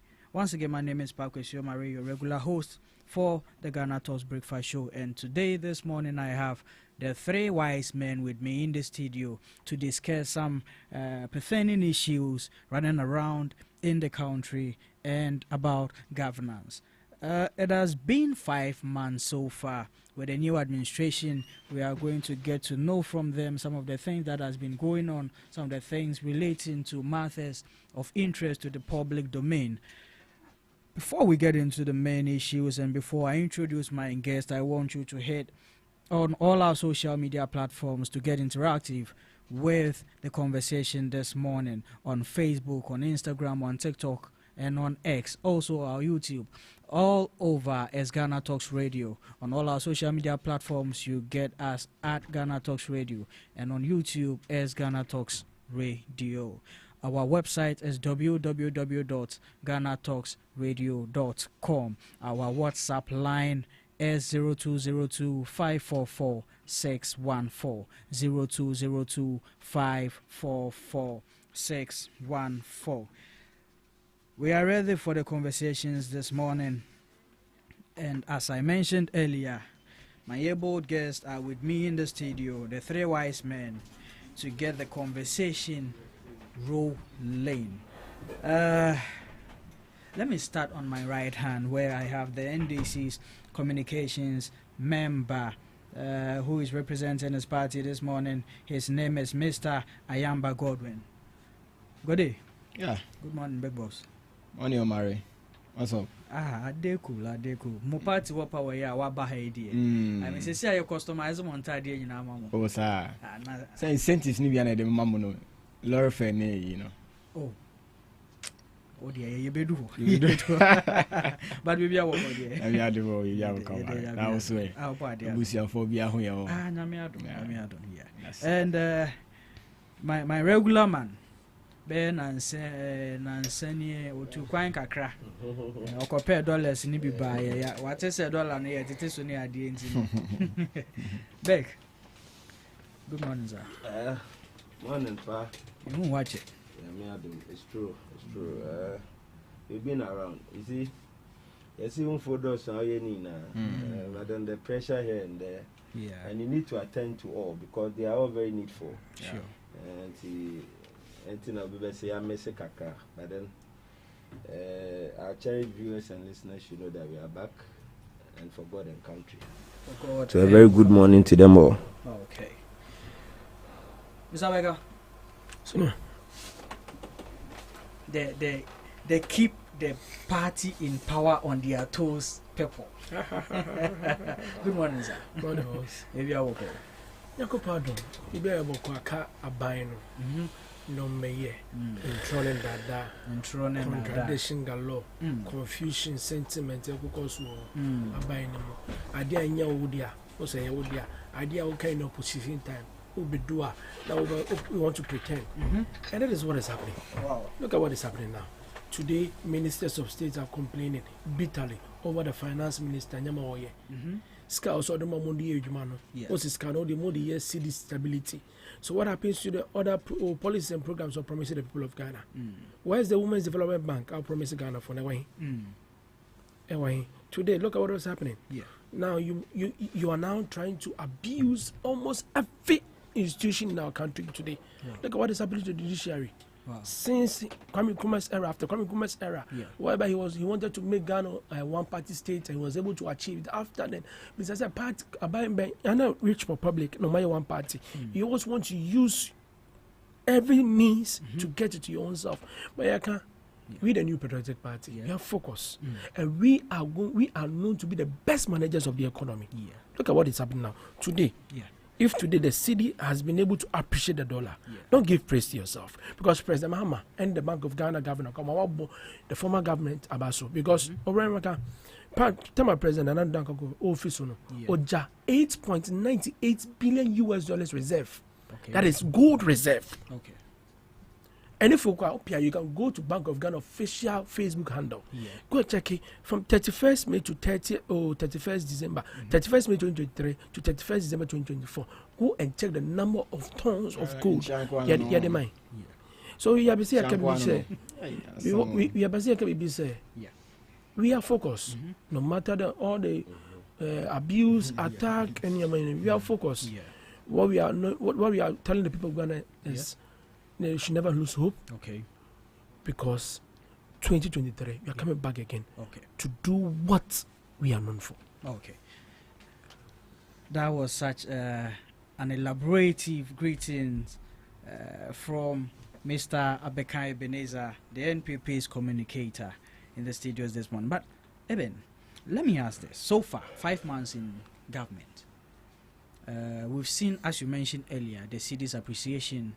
We've seen some interventions and policies rolled out by the government in power now.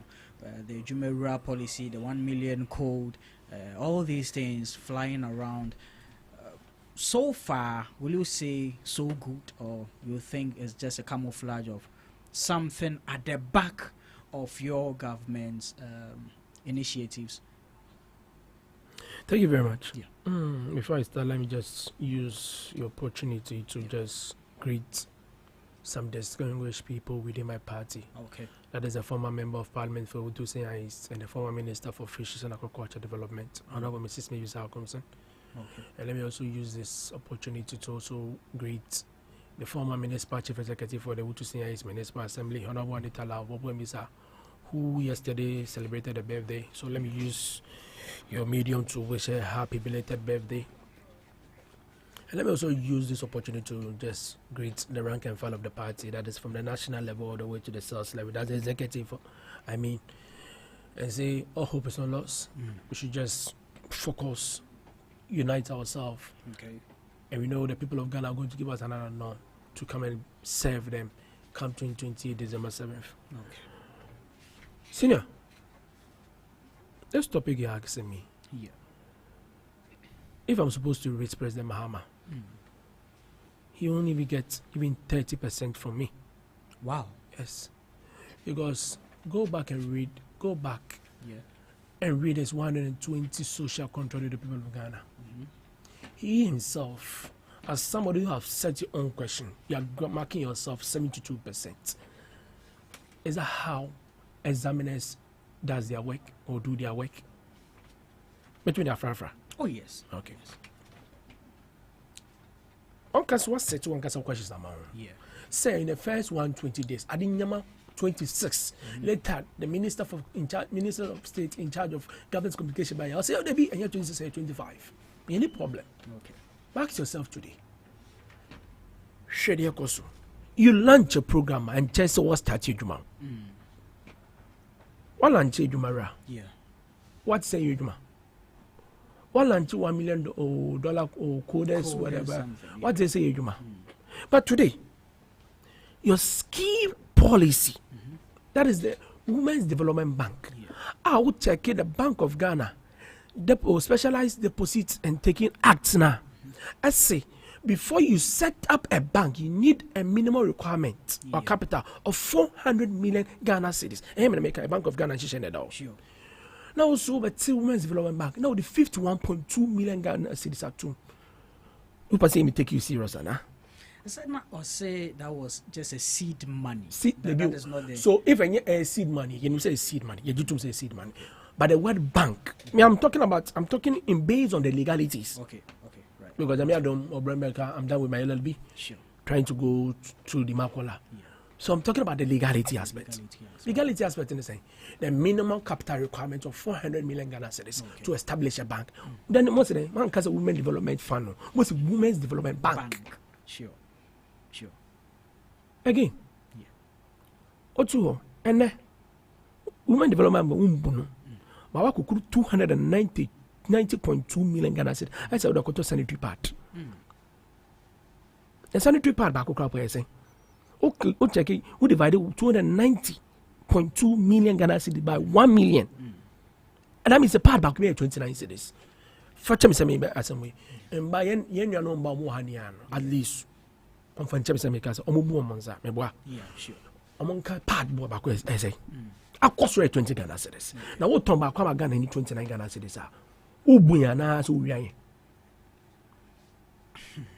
Again, sure. President Mama, yeah. On a case to me, certain at the talk buying, or your uncles were feeling on. Let me use this medium to just tell President Mahama. One guy said, what said to one guy said, code of conduct. The code of conduct, and say, any minister or any appointee that goes against it straight away, sure. And I answer, no correct. So today, also you are preventing waste and mismanagement of funds in the public accountability of the people. Oh, no, can you? And I'll say you shouldn't receive or give an amount of money exceeding 20,000 Ghana cedis. Even with this, okay, sir. What's it?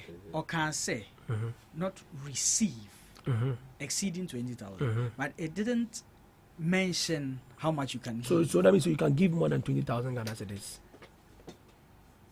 I was only so that means according to me, this is more than 20,000 Ghana cedis. And this, telling me, you are preventing waste and mismanagement of resources in the name of public accountability. But in this case, why not waste or minus? Oh, yeah, Mary. Committee 0 and what? Chem committee do a money back on the report about Monty. And then was said the major transport hub, that is aviation sector, do so to be cost bang over an hour. Now passengers are stranded. And you saw phone lights. Aren't you? Are you happy? As a citizen? I'm not happy. But in your cost one under this watch, whereby we saw Kenya or the drugs. Left, right, center. Allegedly. What is alleged about this? We were able to bust 72 kilo of cocaine by Nigeria. Ayampa. Nancy arrested Ayampa. Again, NIB intercepted 350 million worth of cocaine, dollars worth of cocaine. Almost intercepted 150 million dollars worth of cocaine. Ayampa. True. What is the status of those particular drug? But with that, are you going to defend the government now? No. I'm only asking something from you, rather. Per what you say, I mean, if we are blaming it on the government, so who should we blame to? No, should the people of Ghana blame you? Not in the aspect of the. So who should we blame? I just want to know. Not in the aspect of the Doomso. So what you are relating it to the both Doomso drugs. So the government is complicit in the drug trafficking. So what is it? Okay. Sure. Okay. You see, there are a lot of things we can say. Okay. And you see, today, when we make all these statements, we are just 5 months in office. We are just 5. But you see, President Mahama received 2-car gifts under this government, which is a breach on our abuse of this code of conduct. Okay. Why didn't you return it back to the person? What's the bribe? Bribe. I can allege it's a bribe. Bribe. What's the gift? Gift or what's the gift in here? Receiving LG. Yeah. What's we shouldn't receive more than 20,000 Ghana. How much is the worth? What's the worth of the cars? The 2 cars. I am more than 20,000 Ghana. Yeah, it's about. And you are going to set you code of conduct. Today, you see, President Mahama. No wonder we term as an incompetent president. You were there before. You are an incompetent. You are in now. Still an incompetent president. They say yes. Yeah. Even though we the new patriotic party, 1 or 2 mistakes we see. Yeah. Na Ghana for Amaya Kunyabio. But doesn't mean say we will sit and look and do what is called gandam tactics, propaganda. No, we'll speak reality. Okay. What is the reality? The truth. Okay. Is it a fact that there is Dunzo? Sure. You see, today I'm going to tackle 3 ministers. One after the other. Okay. And we'll see how Obrameka, who say, they are not fit enough to hold that ministerial positions. Okay. Because they don't stay glued to their principles. Okay. Any kind. Sam George. Then Sam George guy. Or say any Ghanaian people say minister be a kita language or the nam crony near who na reporting and I said sure. Today the Minister for Communication and Digitalization is using a Lexus which is unregistered with no number plate, not nam chrome. Siren beep. And then you say your ministers a Land Cruiser in a Salonka. Yeah. The Salonka is to be used within Accra. Okay. And the Land Cruiser is used outside Accra. Manager, Okonamako kita 3 Land Cruisers. Baku yeni security, baku yeni PR, na baku yeni angasane die. Obrameka is this a waste of way. Again, on also catch and say the former Minister for Communication was in charge of the reduction of data prices. Yeah. You see, also a Minister for Finance now also taking charge in Germany up to the end of this year. Confusion galore.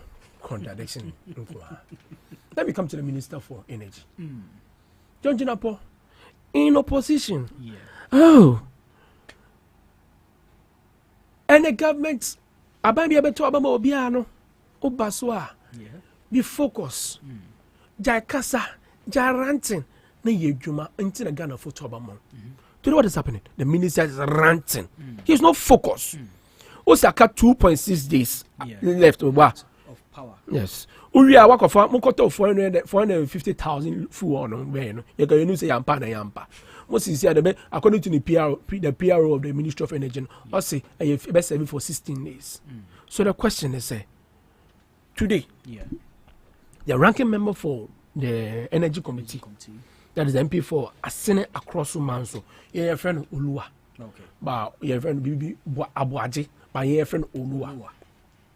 Now, see, I say. Today, the reason why energy sector is faced with a huge debt, and it's a one. Brah, what's the consequence? Yeah. and I do a more, you know. You will scar what better data. Sure. You will scar what better light. But because of the numerous dooms on it, when you scan out the better data now got light. So that means that there's a depth of data. And then the former MD for ECG, Mr. Dubik Muhammad Esqua, Okodum, the second largest body or institution of Ghana, that is a parliament, of a depth of 10 million Ghana cedis. What happened? We had some of them among MPs or more, they were blaming the government, say, why are they doing that? Why are they doing that? But Saturday, Yeska. Yeska, at the front. So the debt and the honor, seeing Yeska, you recover that particular debt. So they go to every MDA, that is the Ministry, Department, and Agency, or Modeka. Why don't you focus on going there to take that money from them and use it to settle those debts? How they do? Okay. Not by complaining. You are not fit enough to become a minister for energy. And no, to be frank, let's make a control. The person who was to be handled that particular ministry is the current minister for lands and natural resources. Okay. Because he was he was a ranking member for the energy committee in the 7th and the 8th parliament. 8th parliament, about minority, deputy minority, then Omuji position of them away. So indirectly, he was one, but because of Uremeka, you know the tribalistic sentiment, you know. And you see the Minister of Inland Lands, also. Now, Kasani Krum, Esiam, within the LML constituency, Chagalam say, of course. I mean, you know, Erastus as a donko. On the Facebook page, today, I'm happy. So you see, us say, during President and another Nako First era, there were 5 reserves, sir.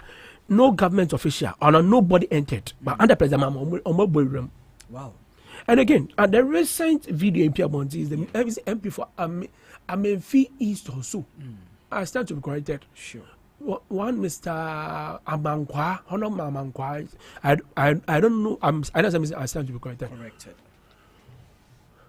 National security, some cost topic, and I'm saying, confronting different some person money. 100% no more kasa. Ona bo say, oh, you sky your party juma into mundo no more juma. You sky my buy no into enjoy more juma. And that's in the video, 7 minutes 49 seconds video. Go and check it. I can send it to you.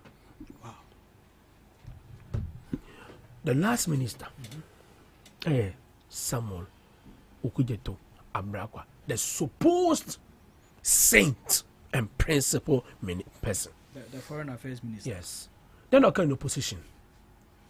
I was one of my sister station. Am I entitled to mention the name? Sure. I don't know if I'm Benin Ishone, ABY. I catch ABY, say ABY. Honorable power. Ne official. Be a chatter a private jet. Honor as a minister be resigning. Recently, the vice president of UK, but then not by a private jet number at the cost of saying $170,000. But or say that cost was bared by Mr. Ibrahim Mahama. Maybe I don't move to see him, and you're reading him. So you don't believe that assertion? Why? Why do you want me to believe that assertion? Okay. Ibrahim only private jet. I don't have a private jet like a near the Vesta private jet like a fan by. Vesta Ibrahim Mahama, and I say Ibrahim anything of course or by Ibrahim Mahama. Yanyan Kolau. Okay. We are telling Okudetaba if he need, he's a man of all his words, and he said he's a principal. He should resign. Okay. He should tender his resignation letter to the president. Sure. So because of their maybe kind of opposition, and okay. You see, no wonder this government. 1 minute to land. Yeah. 1 minute. Recently, you almost say Saturday no reduce fare. Yeah. What's a Saturday reduce fare? No. GPRT, net drivers, no. Yeah, reduce you. And that crop on and off. Yeah. So that means say, oh, Brian Mecca, I'm finding it very difficult. But you see, this was the first time there's a reduction in fare. There was a reduction in fare in 19th December 2022. Okay. Whereby $1 to a cedi was 7 cedis 90 pesos. Okay. So in 2022, yes, the dollar was 7 cedis. 7 cedis 90 pesos. Go to Bank of Ghana records. Okay. Bank of Ghana, they can use you can only use it as a casa. Okay. The Bank of Ghana Chantro. Okay. And again, you see, at that time in December in 2022, dollar no raise could do 20 Ghana cedis. If Etisumaya is as a result of how we were able to manage the economy. But today the question is say, if you want drivers to reduce their fare, so that means the DVLA also reduce on prices, insurance also reduce on price. The idea and say even tickets drivers for track up on 1 to mark 30 cedis. So indirectly, some drivers are finding it very difficult to even reduce the fare because also yes, if fuel on Kwanamo can ask what about the other charges? Okay. Also kind. Recently, my senior brother, who is a PR, Mr. Benjamin Techimin, is a baby of Yam channel. Okay, say if and ya tete fuel also, I'm a driver and a dollar above former dollar to see the seed now up $1. I'm on tete on Munyamaso. Unim the la passing the course. Now, dear me, I know say the government of the day crop in terms of they don't consult them. Wow. So the question is today, you go to Obosoke, is the biggest hub in terms of economy wise. Because no every single day market. So they catch up and say, you see, just do the talk. Okay. You give do it. Okay. Do it and let us see. Okay. Because it's not about you ranting. It's about you talking. Sure. It's about you doing the needful. Okay. And stop attacking institutions. Institutions that are being mandated to do the work for the country. Position to be attack here. Clearly, look at what is happening today. How will investors see our country today? How will they see our country today? I'm sad. Look at this parading of using national security to raid people's houses, left, right, center. I know it's part of our topic. Sure. So we are all saying, President Mahama, also a Democrat. National Democratic Congress. So that means say you understand what is called democracy, and you also understand what is called the rule of law. Whereby every day in 1875, I say the rule of law is the ultimate. That is why you operate the three principles: the supremacy, equality, and the protection of fundamental. Today, all this has now been turned upside down. Because Omar Guinea is a revolution in Omar Guinea say a revolution. But you see, but the people are watching. Okay. The investors are watching. Okay. Thank you very much. That was Eben Abeka with such an extensive submission in there for the government in power. You have a lot to say. Me, I know. I don't have a lot to say. You don't have a lot to say. Okay. Everything is speaking for itself. Oh, okay. Yeah. I don't have a lot to say. Then let me go to Beck then. All right. Beck. Papa. Beck, I'm saying for the past 3 weeks, me who in Yamakosu, yes. The city's appreciation against the dollar, some of the Ejumera layout, the code or something. Like, looking at the government now, what would you say about their performance? Okay. And even in terms of rule of law, because we saw some demonstrations happening, and people were like, "Oh, as I feel the protest, no, in terms of all these things, 5 months in government." Okay, let me take this opportunity to once again say a very good morning to our cherished viewers and listeners. Yeah. You see, Papa, Amambu de Jawa, was okay. And governance has always been like Damino. Uti chair. Utumite kwakwa ina wasa ujine chiri. Ba betina ho is a different ball game all over. But me, as a citizen of the land, you always pray and wish that every government should succeed. Okay. Because sabi say okonfobone ka say kuro no mbo a onsusu timubi. So me, the last thing I can wish His Excellency John Dramani Mahama is for him to fail. He shouldn't fail, he must succeed. Okay. But I say nothing succeeds than success. You understand? Yes, sir. The very thing that NPP did, that they were shown the exit. It is too early. NDC is practicing same. Really? It's practicing same. Wow. And I always say that with the good people of Ghana, they can't come and fight you because some of these demonstrations, some of these, what's the name? It is within the ambit of the law. Okay. The Emranama who coin as your right as a citizen to go in tangent of some of these things. Yeah, so that is allowed. Yeah. But the moment these things begins to raise its ugly head, it means Ghanaians are watching you keenly. Okay. And when care is not taken, you could ballot box in more, they will punish you. But that put aside, they are doing your man's job. The apprenticeship program, one of the things that is a threat to our security is unemployment. Okay. So if the government, by an initiative, is introducing the apprenticeship program, I think it's kudos. Okay. Let's get something for the youth to do. Because they say the devil finds job for the idle hands.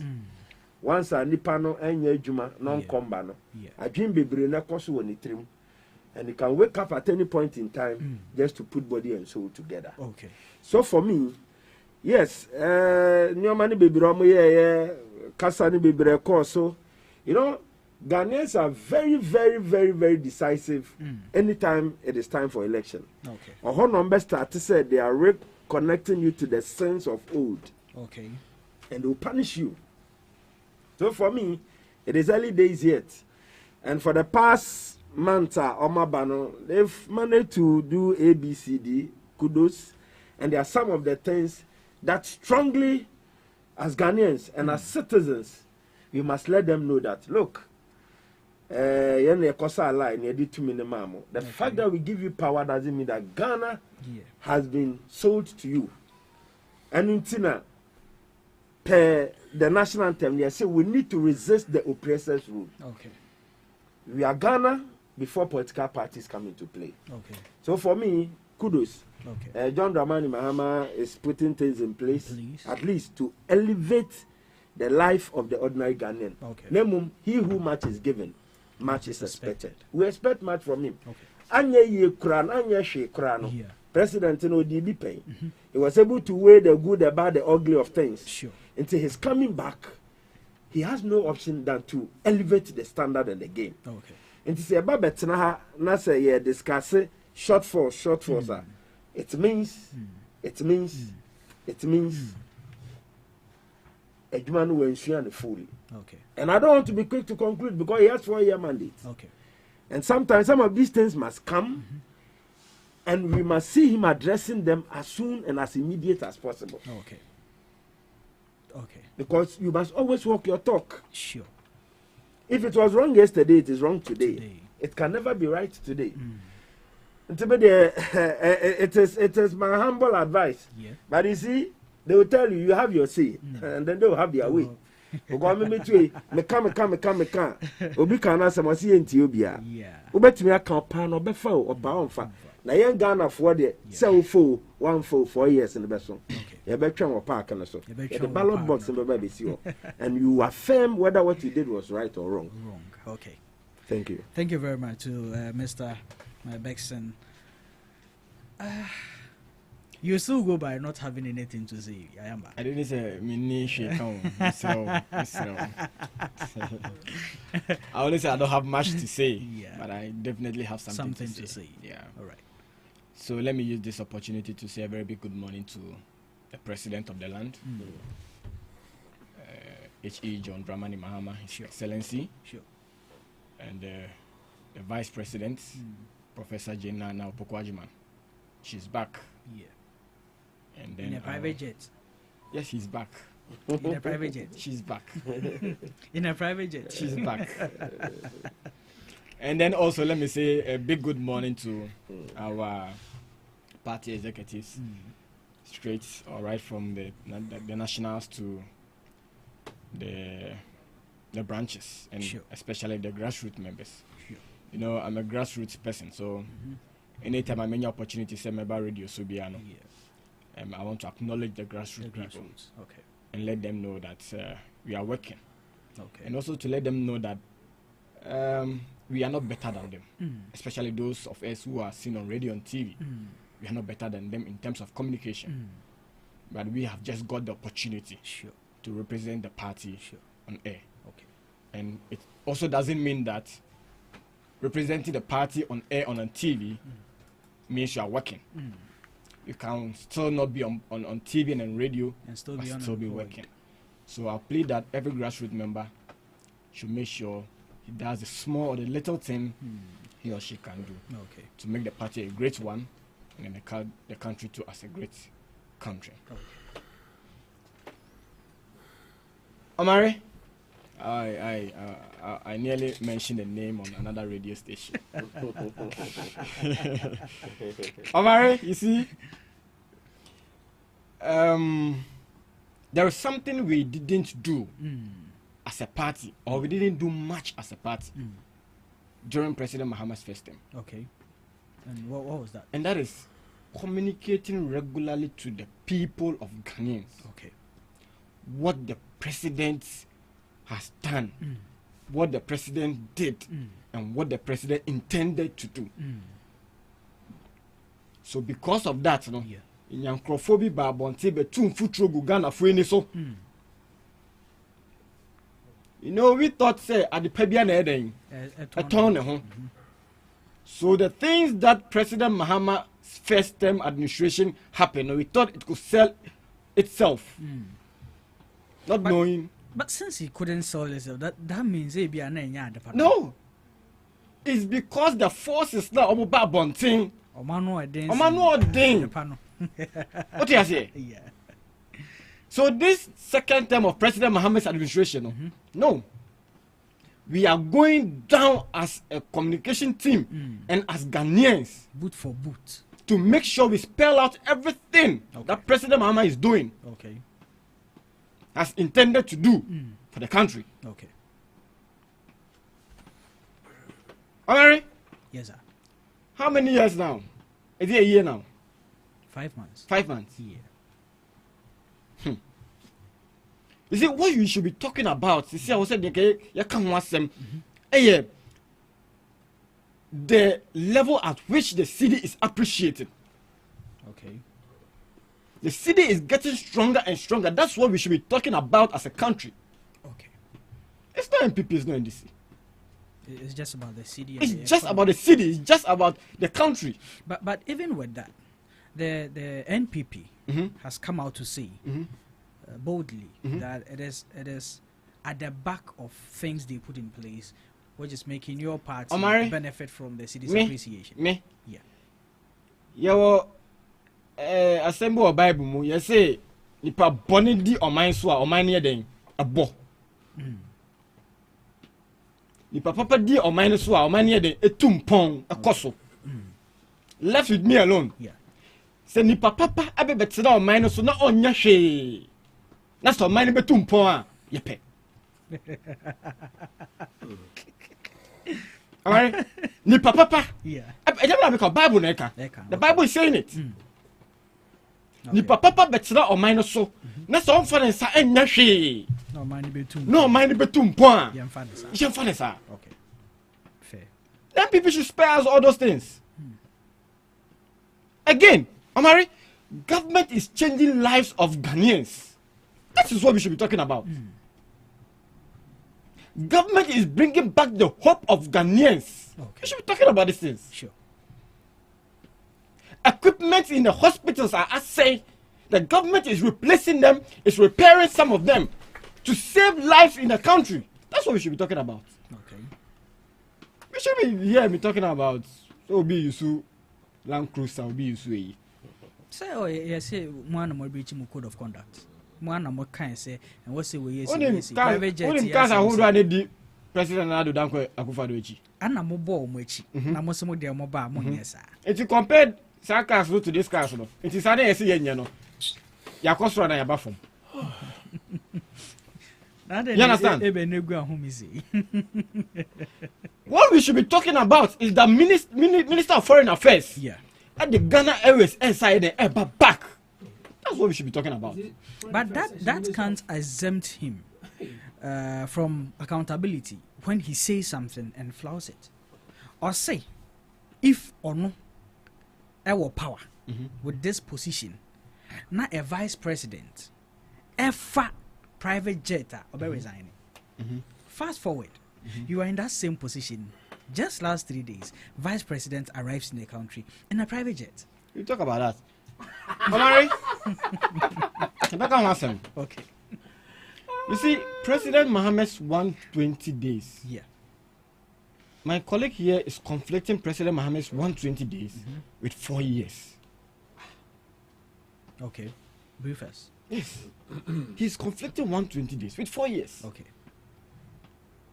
What did President Mohammed say he would do about officer? The first thing was to establish a lean government. Why not one yet? Why yes? About 123, 126 ministers. Yeah. What is so? About 60. What is so about 60? Okay. It's even less than 60. About 50, 57 or 53 or so. 57. 57. Yeah. 56. Okay. Ministries, sir. Ministries, what is so? Omari, that's what we should be talking about. Okay. Saving Sika and minor. Do you know how much a Land Cruiser is? Do you know how much a Salunka is? Bungalows in my. Electricity bill, water bills in my for a minister. Sure. Do you know how much those monies could save? Could be saved? I never bought me before. Omari? Yes, sir. Mama yebi. Women can want them. Okay. You understand? Yes, sir. Mama yebi, women can want them. Okay. What do you say? On 6th March, what happened? President Mama say, yeah, having our 6th March Independence Day, no, Jubilee House. Okay. You talk about this and people say, Nanado Dankwa Akufo-Addo president. Or organize your Jubilee House. But you see, comparing the two, it doesn't hold water. A jumpo a type back which is different from the other. Bakuye, anya banesa. Okay. COVID aba. Okay.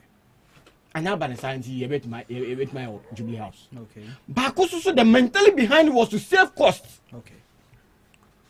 So you can't compare these two. These are the things the president has done. We should be talking about as a country. Sure. We should be talking about these things as a country. Oh, and I'll say pad. Look, Ghana is not Accra. And Accra is not Ghana. Sure. Am I right? Yes, sir. You be look, am I right? My name is Azem.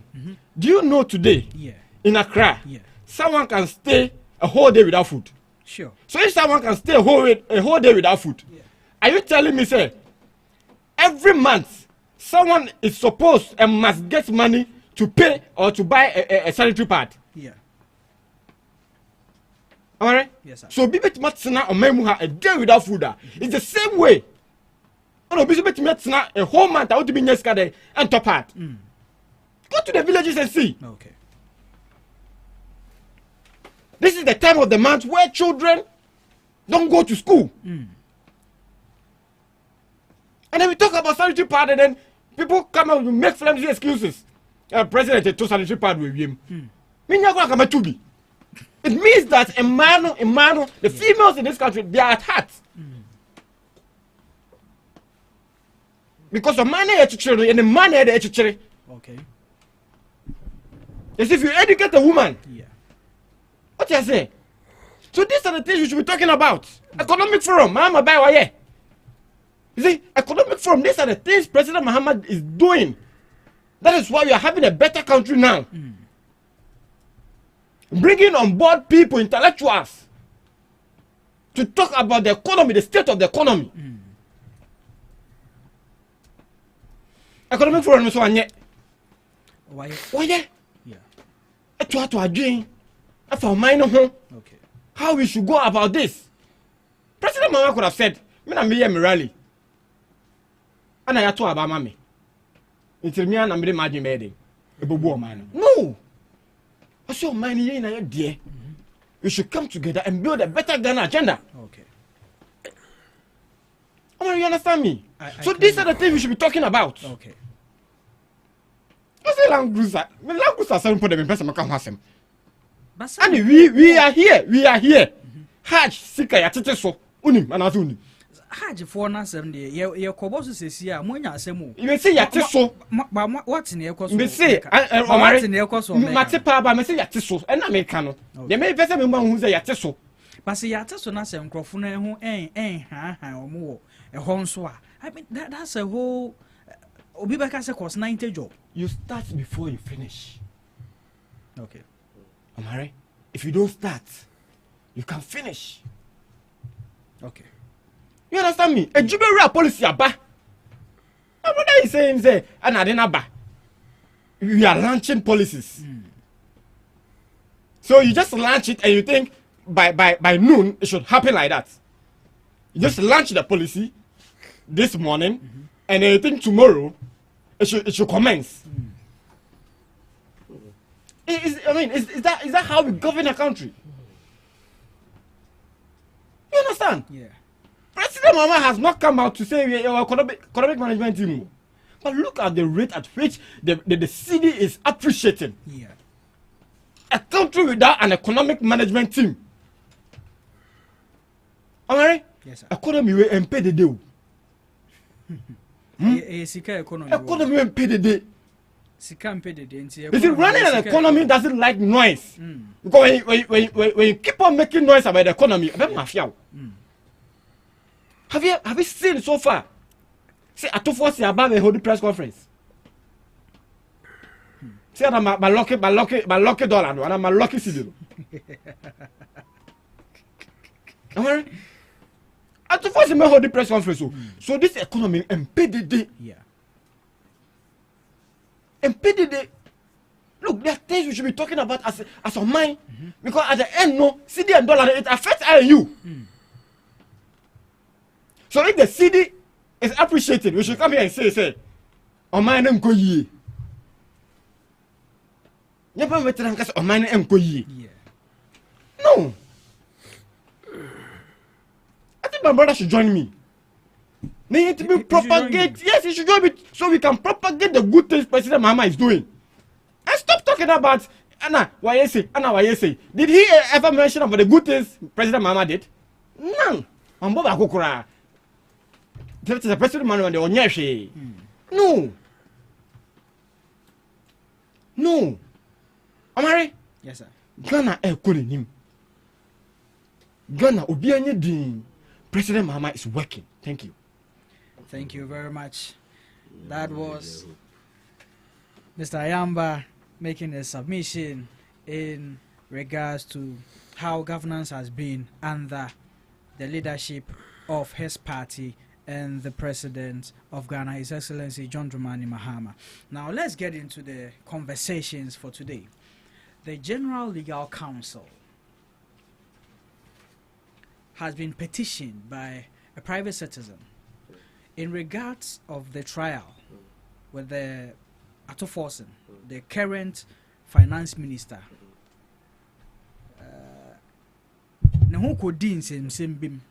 Back then, and then the Attorney General handled the case. And according to this private citizen, the Attorney General misconducted himself in the trial. And I'm so happy that the NPP's representative today is a legal practitioner. And see, some questions but yes, in this issue, and this one, let me take Ayamba first. Ayamba, people are beginning to have a worry with your party. It seems there is some witch hands going on. Because when we look at some of these cases, and at the time that people are raising concerns with it, and a concern beyond, so it goes after former appointees of the previous administration. So what is this a genuine something? I know you would say there's a private citizen's concern. Now all petition the General Legal Counsel. But then also, as a under more party, there be a private citizen petition, private citizen petition. But yes, that's the case. The Attorney General, yes, he investigating during that trial case. What do you make of that? Amare? Yes, sir. Yeah, issues about this ambulance procurement back in 2024. Sure. I called court the then Attorney General. Yeah. The then minority leader, now the Minister of Finance. I called court say Bichi procurement in the money may be causing financial loss to the state. Sure. You see, Omari? Yes, sir. In this case of Godfred Odame, Mr. Godfred Odame, you see, in this case of Mr. Godfred Odame, the then Attorney General was building a conspiracy. Okay. Was building a conspiracy to put the then minority speaker, now the Minister of Finance, into jail by all means, at all costs. So you don't think the then minority leader was actually guilty of any misconduct? The verdict was out. Okay. What happened? Okay, The verdict was out. So the verdict know about it. He wasn't guilty. Court akasa. Okay. And I'm glad my colleague here is a legal practitioner. Yeah. Okay. You know, court kasa. Okay. Amara, this is very dangerous. This is very dangerous because I think as a country we need to climb down on such barbaric acts. And you're fine. Sure. It tarnishes the image of the country, tarnishes the image of the office itself. You see, this is not about MPP, this is not about NDC. This is about the rule of law. Okay. The rule is saying that as a lawyer, you are supposed to represent anybody, provided it doesn't affect any rule. Okay. But what did we see on this case? What did we see on this case? Ya bopo say asemesi wedi we man ho chire. You think that was the plan yes. of the Attorney General then? But the evidence are out. Okay. The audio evidence are out. Okay. The WhatsApp evidence are out. And I'm gonna make the evidence are there. They are clear to show. Sure. Alright? Yeah. One of the conducts or the code of conduct is to follow the ethical rule, present your case in the courts, and leave the final verdict for the judge. Okay. What happened? So can I say, or can I conclude by saying, there are people in jail under MPP administration for no wrongdoing? Because we go for me to be say about fabricate stories. Okay. Fabricate stories. See, can I say? There are a lot of people are in jail now for doing nothing. This is a very bad precedent. Sure. And the matter needs to be investigated. Okay. So you are in support of the petition? Yes, I'm in support. It's a private petition. Okay. Okay. That's fair. I'm in support with it. Okay. That's fair. It's a bad precedent and a professional misconduct. Okay. And what do you expect out of this petition? Amari? Yes, sir. This petition I'm sure the GLC, because we all know the process when it comes to this petition. Yes. The GLC will have to establish a prima facie, establish a committee, and then see the weight of the exactly, and then, okay, and then deal with the issue. Okay. But as a layman, you see, with the outcome of, and now what I'm expecting from this petition is in the hands of the GLC. I'm not here to decide that. Okay, that's fair. That's fair. Yes, I'm not here to decide that. Okay, but what I'm saying is, look, Omari, as a country, we shouldn't be doing that because it tarnishes the image of the country. Okay. It does, and the image of the office as well. Okay. You see, apart from it being inhuman, I can just see my colleague here issue Aba. Na mafanechi Akwako who be say yan can say. That's what happened. Wow. You are aware. That's what happened. Okay. It is what we call Mr. Daniel Ofosu. Yeah. A petition the GLC. I think it is the right thing to do. As a Ghanaian, as a responsible Ghanaian, seeing through that all these things are wrong. Okay. It's the right thing to do. All right. So I beg, let the GLC. I don't want to talk much about this because I want the GLC to handle this. Okay. And then we all look forward to see what will happen. We all look forward to see what will happen. Let's take the legal brains in here, and then we'll let Beck conclude on the issue for us. Eben. You see, this issue is very, very critical. Okay. And I need to be also very, very careful. Okay. Because whatever I'll say can either be a content according to our rules. Okay. So I need to be very, very careful with what I say. Okay. But you see, this government, I don't see it to be serious. Wow. Because you see,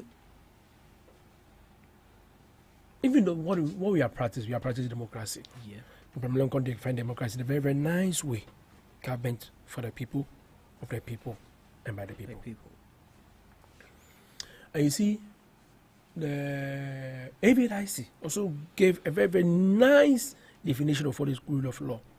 And the principle it gives, supremacy of the law, equality before the law, and at least the protection of fundamental human rights. So at least, it means the Constitution is the supreme law of the land. Every law that overrides the can be declared null and void by the judiciary. Yeah. Equality, everybody is equal. Whether you are rich, poor, you are equal before the law. Sure. And the last of the protection, your rights cannot be curtailed. Say my rights cannot be curtailed. So that is why the Constitution and the judiciary is there to help in protecting you and I, our rights and freedoms. This issue, it went to court. Yeah. There was a ruling. Yeah. The ruling was what? Honorable Atufosa was acquitted and discharged. Yeah. And the AG, Leonard AG, then put up an appeal on the ruling which was being given.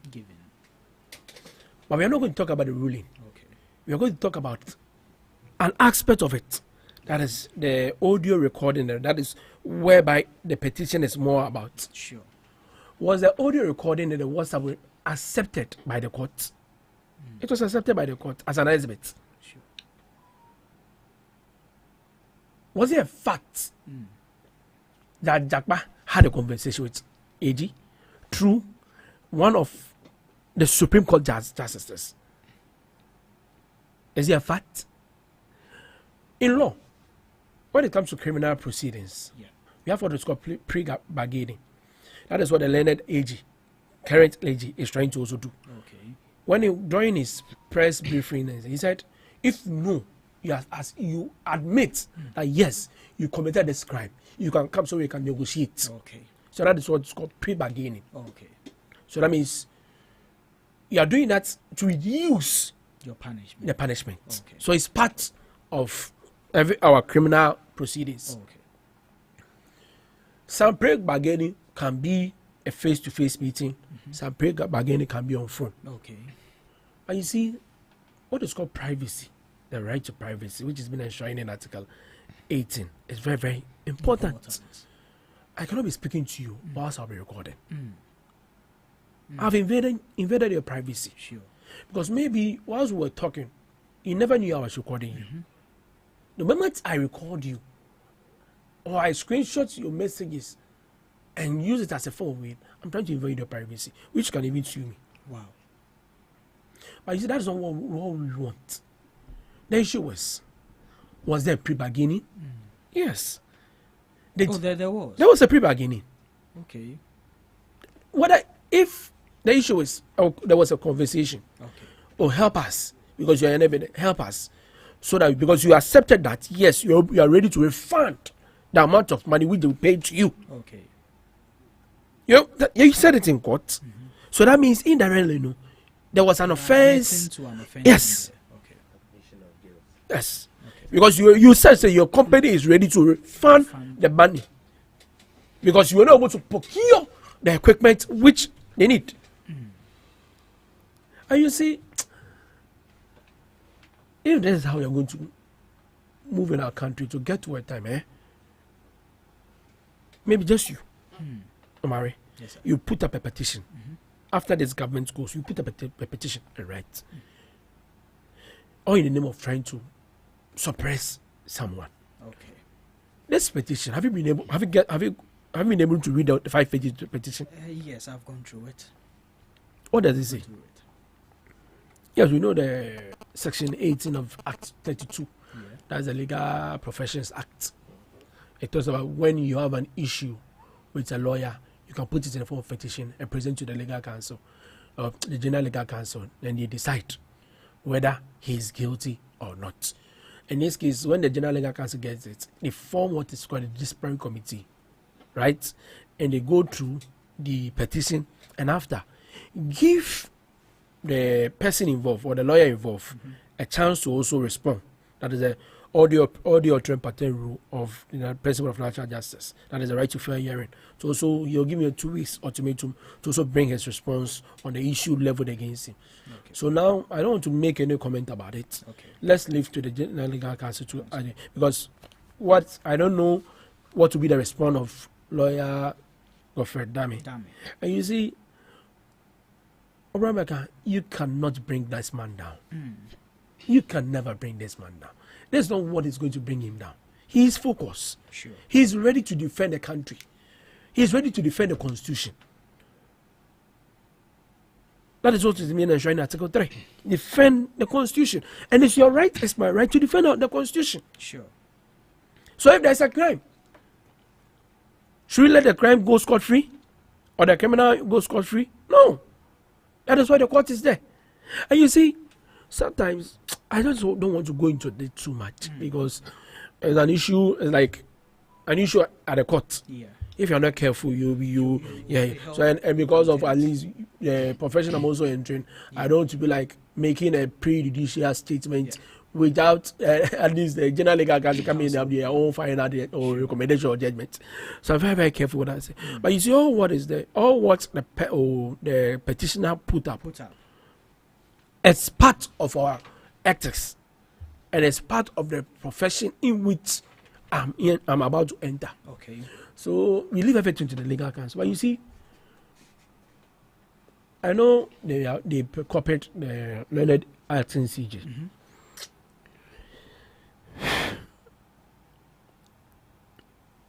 And let me reserve this comment because I was about to make a very, very statement, which later maybe it will not go well.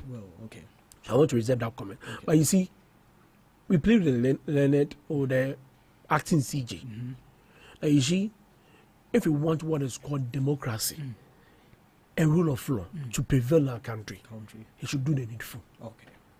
Because we know him now, he's now practicing what is called the nemo judas in casuaswa. It's a Latin word. What does it mean? You cannot be a judge in your own court. Okay. That's what he's doing. If you have an interest in a case, you see, what he is trying to do now, I'm sure we'll come to the Chief Justice of Suspension. Sure. But I just want to, I don't want to talk about this, I just want to bring him.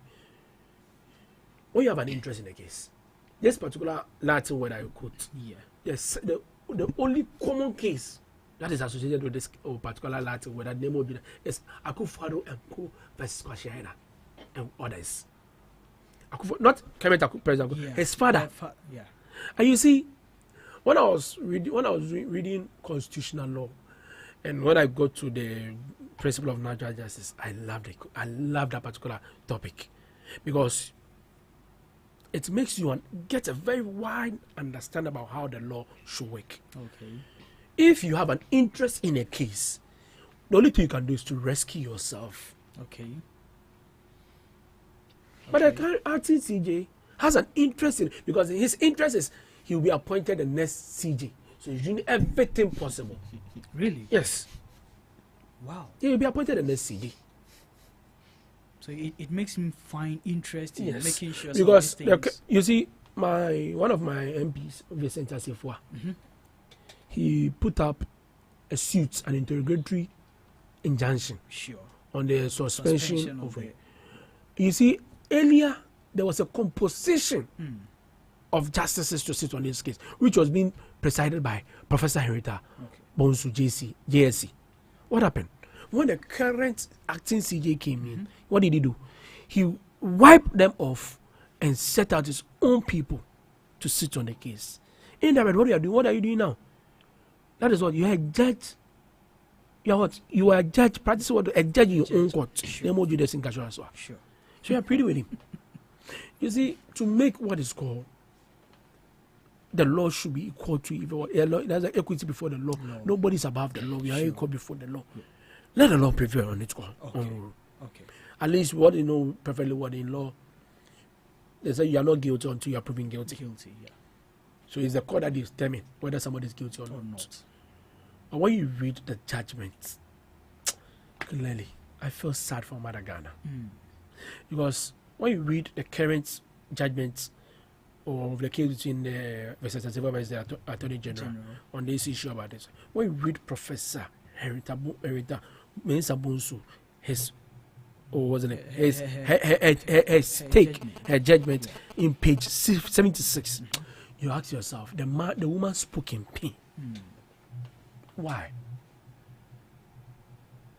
If the law, this law, it has been written and it's not left for the judiciary and the Supreme Court to interpret and enforce it.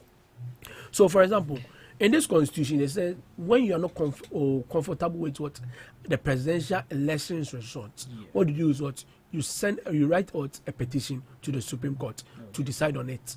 That is the only first time we were able to have this was in 2012. That is why President Kufuor filed a suit on this or the results on the presidential elections. It's transpired to 2020. So that means in and out a case or a particular provision in the constitution which has never happened before.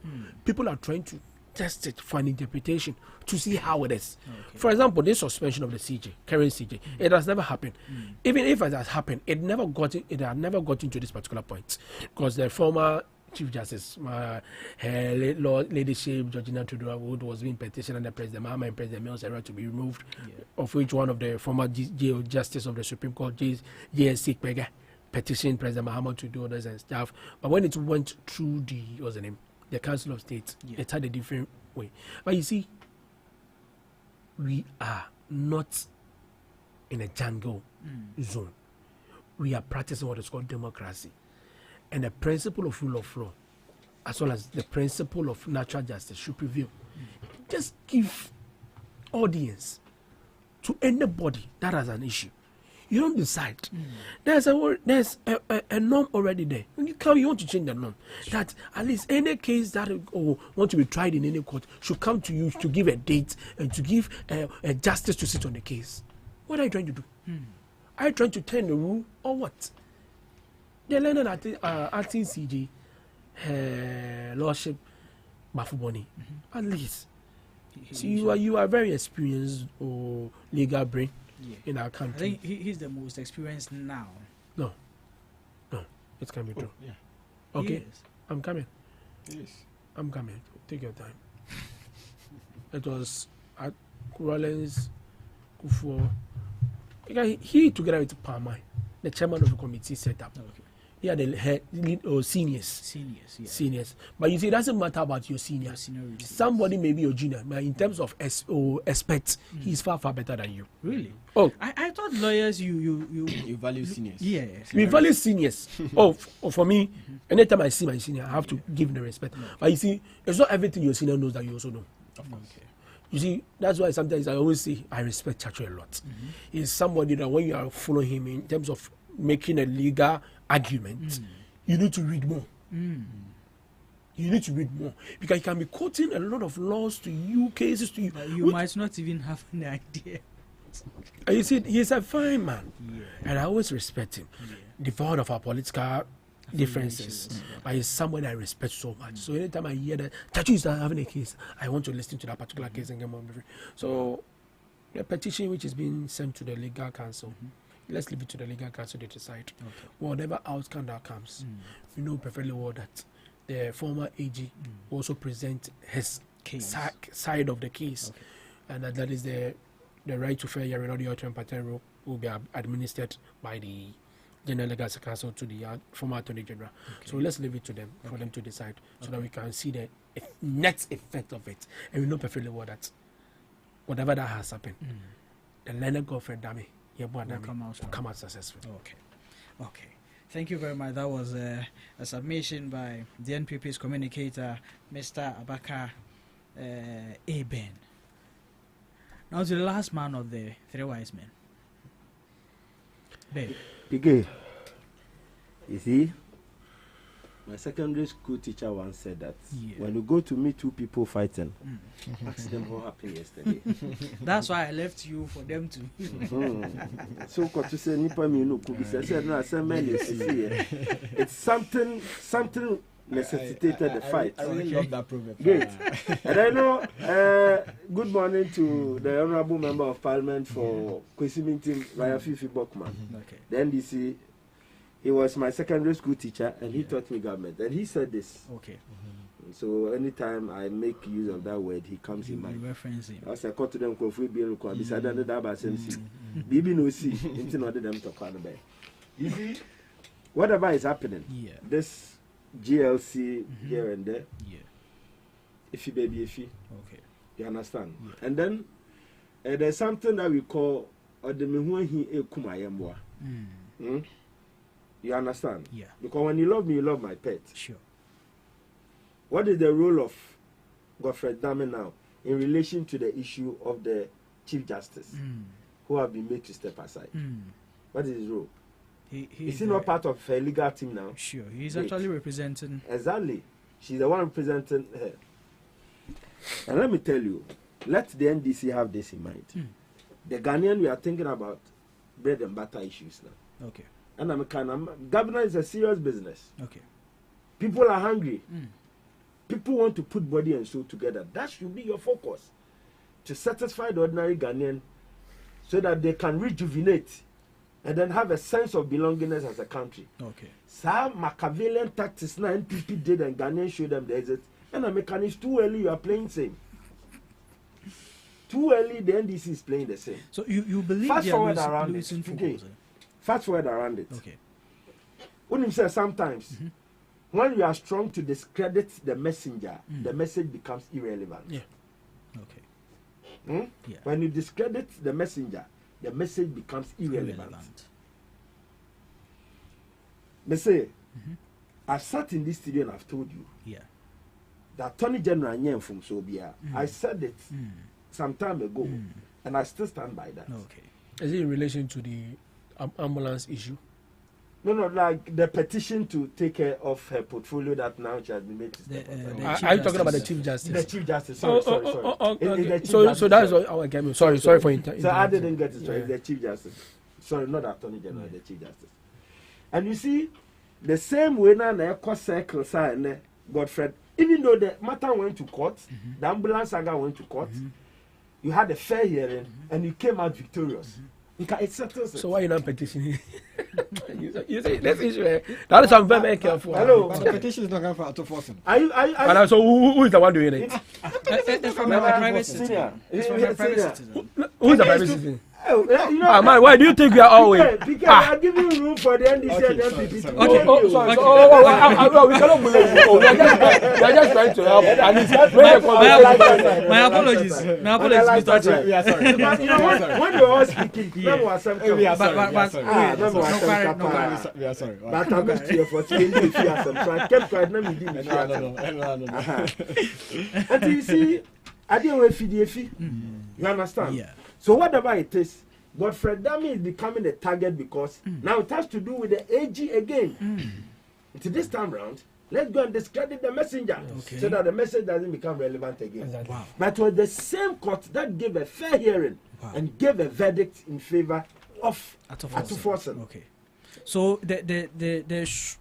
we shouldn't even have any legal matters relating to the issue that is dead. PK, Ebeko, but have you say they have their way. Ebe go through, I'm telling you, to be much ado about nothing. Nkosiaga. Mesre, Chale, ya di amambo na mamu. Munye focus na mu tutu ni amane yanko anymore. Diane ayebedini ade. Lori fe ya nkrofo mpeso mate so ni ade. Say body and soul. Body and soul because you see, Sabi, Emrani is very interesting that sure. A person is only proven guilty before a competent court of law. And in your ear, I don't say whether they're recording, WhatsApp, whatever. Everybody had a fair day at court, another in court. And there was a verdict. And there was a verdict to that effect. Atufosi came out victorious. And at that time, we were all happy hailing. Let's look at it this way. Now, can call the way coin and kende. You better talk about betray Godfrey Dami or boss with the man. And then when you went, they think that. And remember that even Godfrey Dami had what it takes to even appeal in the same saga. He went to an appeal. You understand? He went to an appeal. Yeah. But when they came, I'm sorry to interrupt. When the current AG came, what they did was they did a non-prosecution. Thank you. So that means this continue the case because there was a date set, but due to the election, it had to go to the next year. That is the next government era. When they came, what happened? He discontinued. They discontinued the case. And you see, Papa, the point I'm saying is that. Yes, sir. The same court na over time na ojine china ototo ebo ba park and say yenje omundi ya pile up say so omutumi di asem e bi call favor na omudi bi na say no so ko bufa nchen a ofi say na tumi aba o steady and you must use the power and it's good. Some of these things they are nice. It's good for our democracy. Okay. Say sometimes yen fam branch yen sem na bibie na e de be come na nim yakwa test the law. Sure. So that will help all of us. Because we are not in a jungle warfare and we are not in a banana republic. Whereby Obia Soya, because I want to make me a my Russia. But say a demrani to get the shisha of Maya. You dim rason a demrani. Okay. For me, Godfrey Dami, through the GCL going through all these things, it's much ado about nothing. Because service, come away basso. Saa nyoma we sisi e de court ekokodi asem e ma to force nyanity didim including the very japa my respected friend. Sure. You understand? Sure. Charlie, let's look at the things that we can do to better the lives of the Ghanaian. Because you see in the preamble you said something that is it prosecution or you made use of a word that witch hunting. Yeah. For me, it's a clear definition of witch hunting. Okay. Yes, that is my stance to that. And it's an American. So you give a dog a bad name and then you hang it. Okay. Until the Godfrey Dami will go through it. It's a spot. It is before say a citizen too will have to petition and then have a fair hearing or something. But for me, it will be much ado about nothing. Okay. But before I leave you on this issue, let me ask you this, and I want to. You see, it happened under a former AG. People feel some misconduct per the office he was holding. Now, the clear intention of this petition is this: let's sanitize that office. Exactly. Do you think that is not relevant? Which office? Sanitize which office? The AG office. So that the next person occupying it won't abuse in what they feel like. Papa, it's good. It is good you are raising you want to sign it. It's good. Okay. Can I come in? It is good you sign it. But I'm said, Sadia winner. Everybody had a fair hearing of this in the same courtroom. Okay. It was live. Okay. Everybody watched it. You and I we were watching, we were listening to it. We listened to everything. And a few minutes, it couldn't affect the outcome of the judgment. Sure. So what again you want? It didn't affect the outcome of the judgment. To suppress. To suppress. Is it rather to suppress him or to deter? No. My senior brother. I'm coming. I'll give you a fair time to. Let me tell you something. Sure. I'll give you a fair time. You see, and that's what I'm not very good with proverbs. Okay. But I have some idea about it. If you are the one you target to or see you be here. Come here first that is what they are doing too. The learned Godfrey or Dami. Have you seen the banter with him and Title. Sorry. Yeah. It's something I fully. Let me tell you something. The issue today, and I said the person who petitioned the General Legal Council is a member of the NDC party. Really? Yes. Are you sure? Oh, let me tell you something. Okay. Just read the banter between Title Sorry and the rest. Governor Adami took the case of the suspension of the CG. And Governor Adami is a lawyer. When you're a lawyer, it doesn't matter who you are. So far as you are there as a lawyer with at least with a very, very good standard, my senior brother can come and pick you to represent him. Okay. Sure. Okay. Irrespective of your lineage. That's fair. That's fair. The question you're asking, sure. Who is Statutory Kata? Was it the lawyer for President John Dramani Mahama? Yeah. Who is Title Sorry? Was it the legal counsel for the Speaker of Parliament? Who are they? Are they politicians? So what is a politician doing with what's the name? A president and a speaker. So can't a lawyer represent the Chief Justice too? It's fair. It's fair. So what they are trying to do now is very, very simple. I think that with that issue, let me tell you, it's never going to sanitize. It's never going no, to. No. What I'm saying is this: with the representation of Odame for the Chief Justice, why it makes it a concern? I wouldn't say a worry, a concern, or it brings public attention. Is this? The Chief Justice is actually being petitioned. Some of her petition for a removal is based on her being biased towards a related party. So she picking another person. Which petition? Is it Daniel Ofori or Ayamba? I just want to know. Just be bold and mention the petition. And you're a lawyer, and you just spoke of contempt years. No, but the issue. There was a petition that came in. Wait, I'm coming. You see, all these issues, the petitions, they are being brought in the removal in the part of removing the Chief Justice has all been a case which has been given a judgment already. So I'm asking which petition? Are you talking about Ayambe's own or what? And you see, let me tell you something today. Yes, sir. I know our time is up, right? You're taking all the time.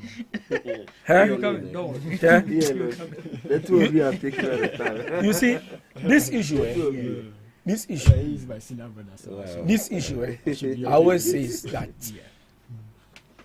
if really President Mahama is ready to reset the country, he should focus on resetting the country and stop attacking institutions. My brother said something that President Mahama is changing lives of Ghana. Has President Mahama changed your life? I'm asking you a question. Has the government changed your life? I'll leave it to my own discretion. No, the question has. I'll leave it to my own discretion. Oh, okay. All right. Has Mama changed your life? I'll leave it to my own I'm discretion. coming. Do you still buy? Do you have the price of kinky changed from 5 cedi to 1 cedi? I haven't bought some in a long time. You haven't bought? Sir. For him, he's an advocate for Gobe. So the price of Gobe has it not changed to 1 cedi? Has Gobe changed to 1 cedi? No, it hasn't. But, so do you think? So then you add up. Has the fuel prices come down? Thank you. You see, let me tell you something. Then you add up. Has the fuel prices come down? For me, I don't use a car. Okay. I don't use a car. Okay. Right. So what I normally do is to pick a public transport. Right. When I was coming today, the price I normally pay is what I pay today. Okay. They haven't reduced. Yes. I have no. That's the price I normally pay. Okay. So until then, the issue was this: whether if today the price is being reduced by 1 cedi or 50 pesos, brother, me catch right now. Open my hands to 2 for me. You better 2 for me. Okay. So the issue they say it is no, it is here and there. A bar, a befa, a ma, and fa. And another question is: if today I don't have anything to do in town, will I go and pick a public transport? So you see, the question is about public transport. It's about my daily livelihood, what I eat, what I drink. And now Piotr, it's not more 50 pesos. It's not more 10 pesos. It's not more 10 pesos. It's not 50 pesos per sashi. And now Vortic, Belacqua, this water.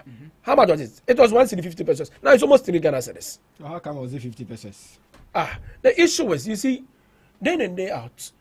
My senior, 1 minute. I'm coming. Yeah, I hope you're not married yet. Yeah. I'm married. Okay. And senior, when you're not married, how your expenditure is different from when you get married and with a child. Okay. I have a son. Now, if when I wasn't married, I was a single bachelor, I could spend 50 cedis a day. I will be okay. But now, because I have a wife and a child, I spend more than 50 cedis a day. I can spend up to 200 Ghana cedis a day because taking care of my wife and the child as well. So does that mean? So in this case, you need to understand that as time goes on, your price or the price of goods and services will not still remain as well it will be. It has to go up. Sure. So today, Mama has not changed my life. Neither has Mama changed your life. Okay. There was one MPP communicator. I think Indina is keeping me kakra. MPP communicator. Make a seminar. Go and find out. Okay. I said why in Crawford and what because they were spending lavishly. Okay. Really? Yeah. I remember that. So help us so that we know because I remember that. Can I go check it? But friend ponton chen.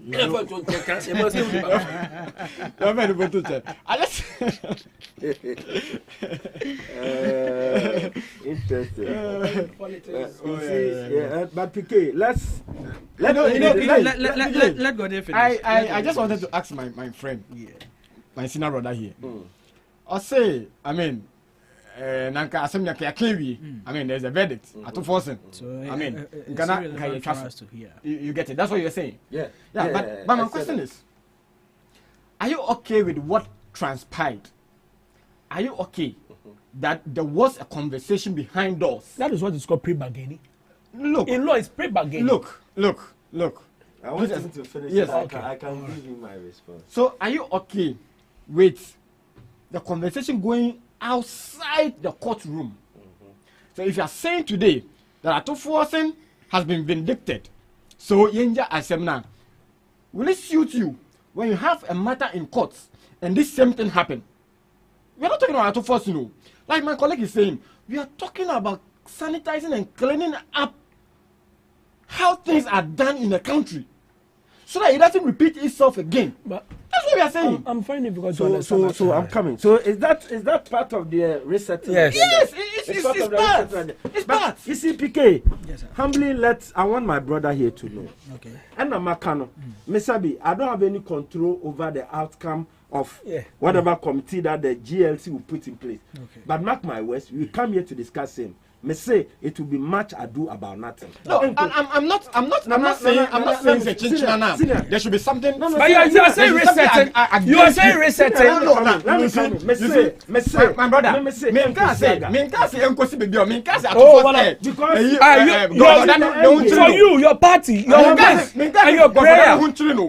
wish and your prayer, your wish and your prayer is No, you don't put words in my mouth. That's the wish of your leadership party. No. Why you are not hurting? You don't put words in my mouth. Okay. I'm not saying say go for the that should come guilty. My brother. Mebao. Yeah. Wait now, what is the end game? What is the end game? So the end game is say I come here now there be a revoking the license. Yes, we're revoking license. No, all right. That is the sanction. That is where they want to. That is sanction. They want them to revoke. You're okay. It's fine. We borrow some time. I'm coming. The issue is this. 1 minute. You see, today wouldn't be a cause of 53. The issue I cause is here. Are you following what is happening between the former Director General of National Signal Bureau case, Iduwine? What was the charge after he was being given a bail? His new charge was what? The Ghana Water Company, whereby money was being given to him. Okay. What was, the MD or Adams Muta Kiri or his name on? The former MP for Namango, who is now the MD for Ghana Water. What is his response to this issue? He said money was not being given to Eduboy himself, but it was being given to national security. So in this case, the Attorney General has made a fool out of himself. Tried to come out to make a statement which you know perfectly well that's not true. No, that's not a topic for us to discuss. No, but let me I want to banter that. If it's a fact. No, it's not a topic. I'm trying to make. You see, you are saying that whether we are now trying to using this particular JLC on to sanitize the office of the AG. All right, it was you are trying to. And I told you to hold it there. You see, the AG office, to be frankly speaking, when we read Article 88, the Attorney General's office should be an independent office. Okay. Whereby the Minister for Justice should be a political office. Okay. Whereby he or she should be appointed by way. Today, a lot of legal brain or legal experts are saying, we should decouple the Attorney General from the Minister for Justice. Okay. The Attorney General should be like an Auditor General, being the sole prosecutor of the state. Okay. Then so that the AG will be the principal legal counsel for the government. Okay.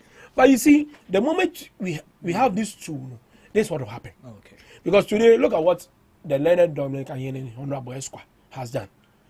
And today, your own party member, a member of your government, have come out to expose you. Now, what you are trying to say, that some monies from Ghana Water Company were being diverted into the account of Edubuahin. The MD4 has come out to say the 1.3 million monthly money owned by Ghana Water was paid to national security accounts, not Edubuahin's own. Okay. So in the what is happening? Okay, fair. Your time's up. You wanted to banter it. No, it's fine. It's fine. You cannot banter it. No, I just wanted to move on. It's fine. Let's move on. Yeah, We've okay. borrowed some time from Okay. our producers, so let's see how best we can utilize that. With the rest of the topics, we are going to have 33 minutes to.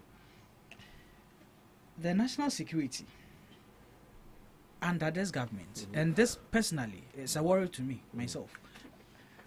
The way the Rambo style people. And I like the fact that you're a legal practitioner. The way that they make some of the arrests and all, I know they are national security and all, but is that how to go about it? Especially looking at some of the contents of the issue at hand. Is it an abuse of power? Is it in their condonal rights as an institution to go about the exercise in that manner? Are you starting with me? Yes, I'm starting with you. You see, we know perfectly well that in terms of arrest, when you want to do an arrest, normally when you go to the Criminal Offences Act, is this a change? Then also I stand to be corrected because I didn't bring my. Yeah. Police can arrest you with or without warrant. Okay. With warrant is in an instance whereby the issue in contention is very, very dicey. Okay. Or you run away. Okay. Well, it's and with that warrant is you escape unlawful arrest. Okay. For that way they can come and arrest you with that warrant. Oh, okay. But the question now is this, senior, with the you see, I'm very, very sad with regards to my senior brother, Adenta Kumi. His issue is what I'm going to talk after. I'll just add one or two. The question is this, senior, you put up, so for example, Mr. Daniel Ofosu, right? He petitioned JLC, right? Yeah. Why didn't JLC go and pick him up? Or why didn't NIB go and pick him up straight away? Because he has petitioned the JLC for the removal of Godfrey Dame. In this case, it's one way or that. Because how Godfrey Dame is a lawyer with high standard impute. And a lot of people admire him. So when this issue comes, it's one way or that can cause national havoc. Okay. Because maybe his fans, his lovers, and the rest may not be happy with this issue. So why didn't NIB or National Security go pick Daniel Ofosu? Senior?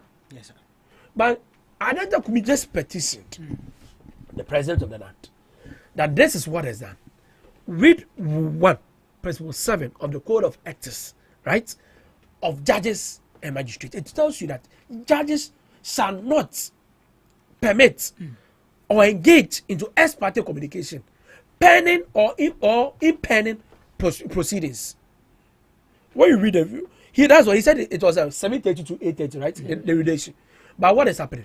We have somebody who has nothing to do with the issue. Go up and bring a video outside. That is the acting CEO for National Petroleum Authority, Gordon Energy Macro. He has nothing. He has no locus in this issue. Okay. So why do you go up to break? So indirectly, because of that, NIB want to pick him up from his house. Straight, you cause him and now you charge him with false publication. And you see, the funny thing is this. We are no more in what is called we are not practicing the criminal libel law, whereby okay, my case is also police about the family. Back on, you practice it. That's not the criminal libel. My case is here. It is my case is me bra. Me bra ni ha. Also, I'm a police papa me go. Rambo star attack ni bi. Ono bi no me yokoya adanta komi. Okay. But now we are practicing what freedom of speech and expression. You have a right to speak, to say whatever you say. The only thing I will say me, what I can do is to sue you for defamation of character. Either what I write or what I say, you can sue me for defamation of character. And that one is a civil proceeding. And the only thing they can do is, what you have destroyed my integrity. So the only thing the court can do is that you compensate me. Okay. Or you make a retraction and withdrawal statement and apologize. Okay. That's the only thing. But you see, unlike what is happening today, look at the former Minister for Finance. He wasn't in the country. You break to his house, go pick some information that you want. Go look at what they did to the Bank of Ghana governor. Yeah. You break to his house, look, all sort of lies. And the question is this: with this, are you helping in resetting Ghana, or you're helping in at least bringing back what is called the revolution era? But that's my question. As a legal practitioner, is this in their condone to make arrest or in such manner? That is looking at some of the content of the issue at hand. That is why mostly we have what's called arrest warrants and search warrants. Okay. For example, if supposing Adenta Kumi was trading in, it's a supposing statement, not an issue. Yeah. He was trading maybe weapons and drugs. That one, national security and I can invade. Oh, okay, okay. Without even an arrest or search warrant. Sure. If there's, for example, like this interception of this cocaine. Yeah. Yeah. When they got a hit straight away, they want to intercept that particular thing. Okay. Because it can bring in a national havoc in our country. Okay. So for that one, it's acceptable. Okay. But there are some, for example, the only thing you can do is to invite the person. Okay. Maybe, for example, the only thing you could have done was to invite him. Like, what do you mean? Look at the disgrace they did. After he has been invited and he made them to know he wasn't feeling well, you go there again to just do an arrest. Falsely picking him up. And one of your head or bosses scored that you should move back. So indirectly, you, the person leading that particular arrest, forcing arrest, you have been embarrassed. Okay. That is what I'm saying, that we have an arrest with arrest warrants and search warrants. Okay. But there are some instances, arrest and search warrants that will not be allowed. Okay. It can, in an issue whereby it's going against our nation. Okay. For example, drug and the rest. For that one, when there's an intel and national security, mostly what they do is, you see, their institution is very, very dicey. We don't hear. There's nothing about them. Yeah. You don't hear about their budget and the rest. Sure. So sometimes they do things, and when you read their laws, even though yes, you need to get a search warrant on certain issue, but look at what happened when you're entering into the former minister.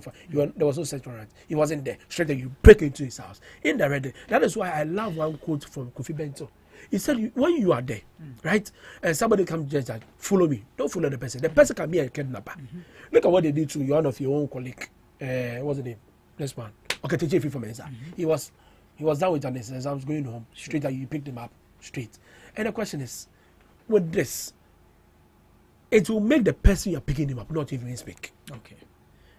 And maybe you have an information, you want to get an information from them. The person will not speak. When the person doesn't speak, what happens? You will not be able to get information. Okay. So what we are pleading with this government is this Rambo star attack and the rest. We are in a democratic era, whereby you can only invite, pick a search warrant, pick an arrest warrant. Go. When you come to my house with an arrest warrant, I can go. Sure. Or go. I'll follow you. Or let me call my lawyer. We'll come. Okay. That's invitation. Okay. Invite the person, because when there's an issue, you invite the person will come. Sure. If the person doesn't come, that is what is called. You can come there by force to pick the person up. Okay. But if the person you invite the person tells you he's not feeling well or he has 1 or 2 things, you will come. For example, today as I'm speaking to you now, Chemawu to me is on his way, or I don't know whether he's on his way or he has gotten to NIBU for this issue about his invitation. You see, this lawyer said he will come. Okay. So now, if it doesn't come, that's when you go, you pay him. That one is your own will, because you have invited him several times. He's not responding to your invitation. Then you can pay. But for that one, if it's not in this aspect, then at least we call it an unlawful arrest. Okay. Beck, I'll take you this. Yeah. Whatever is wrong yesterday can be right today. It is entirely wrong today. Okay. We can't downplay the work of the national security. Okay.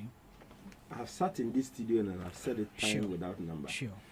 That the national security is one of the architectures that Omojumano ain't mean downplay. It ought to be done. Because like my brother rightly said, even their budget and some of the things, even we shouldn't even be previewed. Until recently, the man in charge had issues and have to start spilling us some beans here and there. National security, Dimbone, from the MPP regime to this current regime. Dimbone kwa no majority today. Do you think it is under the influence of the government, or is just the institution? Both NDC and PP no, Omoba power. Now they want to teach you lesson. They will use the national security to teach you lesson. Okay, that is what they do. All right. Because there was a by-election at Ayawaso. People were brutalized. They were beaten, all in the disguise of these same national security operatives. Sure. The life of Jenapo, during MPP regime, he was raided in his house. Full attack then. The same national security. It is another way now so ne koto abati MPP. Na NDC ba power there. The same people are still showing people were powerless using the same national security. Why should that be? Remember that, look, the decade of silence, ya paho, untumen kan obi akasa buanshe. Ghana is a democratic regime, it's a democratic dispensation. People's voices, views, and opinions must be heard. We have a country to govern. Not the detent of democratic when it's a freedom of speech. Let people speak their mind without fear. Sure. Then you hide under the pretense of this national security to be terrorizing people here and there. Okay. Sabe mimi too is my bone. Na sha oba na obegu ma hankofa. O de make police station, o de me baby do. Okay. Oba mi fie na be fa me e de me di wachi a still my baby do. Okay. Na that Rambo style na it's simply not speaking well. Okay. Because not once it will happen, they came to apologize. Now my good friend Jakpa initially on and he did that chat and so. It's a very draw. But now you don't hear Jakpa's name, but the man also Koso. Please. Like I said, you can never downplay the work of the national security. Okay. But Sadimbone na omoje at every regime, no, and ma ejuma na attractive. Okay. But mu ejuma bebreye. Look, do you know, say yawa is saying Shumpo, if water is not flowing in our various homes, do you know there is a national security threat? Wouldn't my dear bet me a course? And Sadio way na said my way na ejuma mu that's why. Na mom no, abandia fee super. The next government appointees and whatever they become a target of the ruling national security to just be coming after them. Is that what we use our taxpayers money to pay you guys? Massa, there's a job to be done. Okay. Do the job and do it diligently. Sabi, yamba me chairman with Juma, me call CID inko can't say. But you know your code of conduct, your ethics, what is expected of you in your work. Just do it. Nakasane do so do. Please, he who much is given, much is expected. Thank you very much, Mr. Archer Bexon. Good day. Yeah, Bigay. Grow for you. Now, me cry no, me because when I'm on the who are those crying?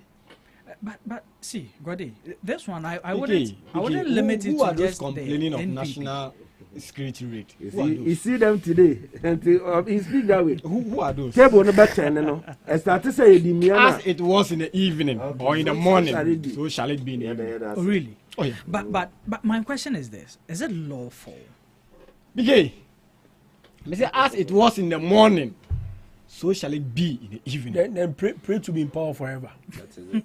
We pray to be in power forever. Because I'm going to people praying to be in power forever. You see, for me, this is my time. Okay. I thought there were people in Ghana who were above the law. Oh, I thought people were in Ghana who are above God. They are teaching them lesson. That's what I thought. That is what I thought. Amari? Yes, sir. Whoever calls for equity must come with clean hands. Okay. Whoever calls for equity must come with a clean hand. So now this is what how you tell me. So is it more? What happened? What happened to Honorable Dafiamakpo? What happened to him? Who are those crying? But you see, Honorable Sedu Abongo, what happened to him? We condemned it back then. If you are continuing the same thing you condemned, how does it? Where does it put us as a nation? Okay, they are saying Rambo star. I'm not a Kilalomi style. Their star wasn't Rambo. Wow. Their star was Kilalomi. We had a she.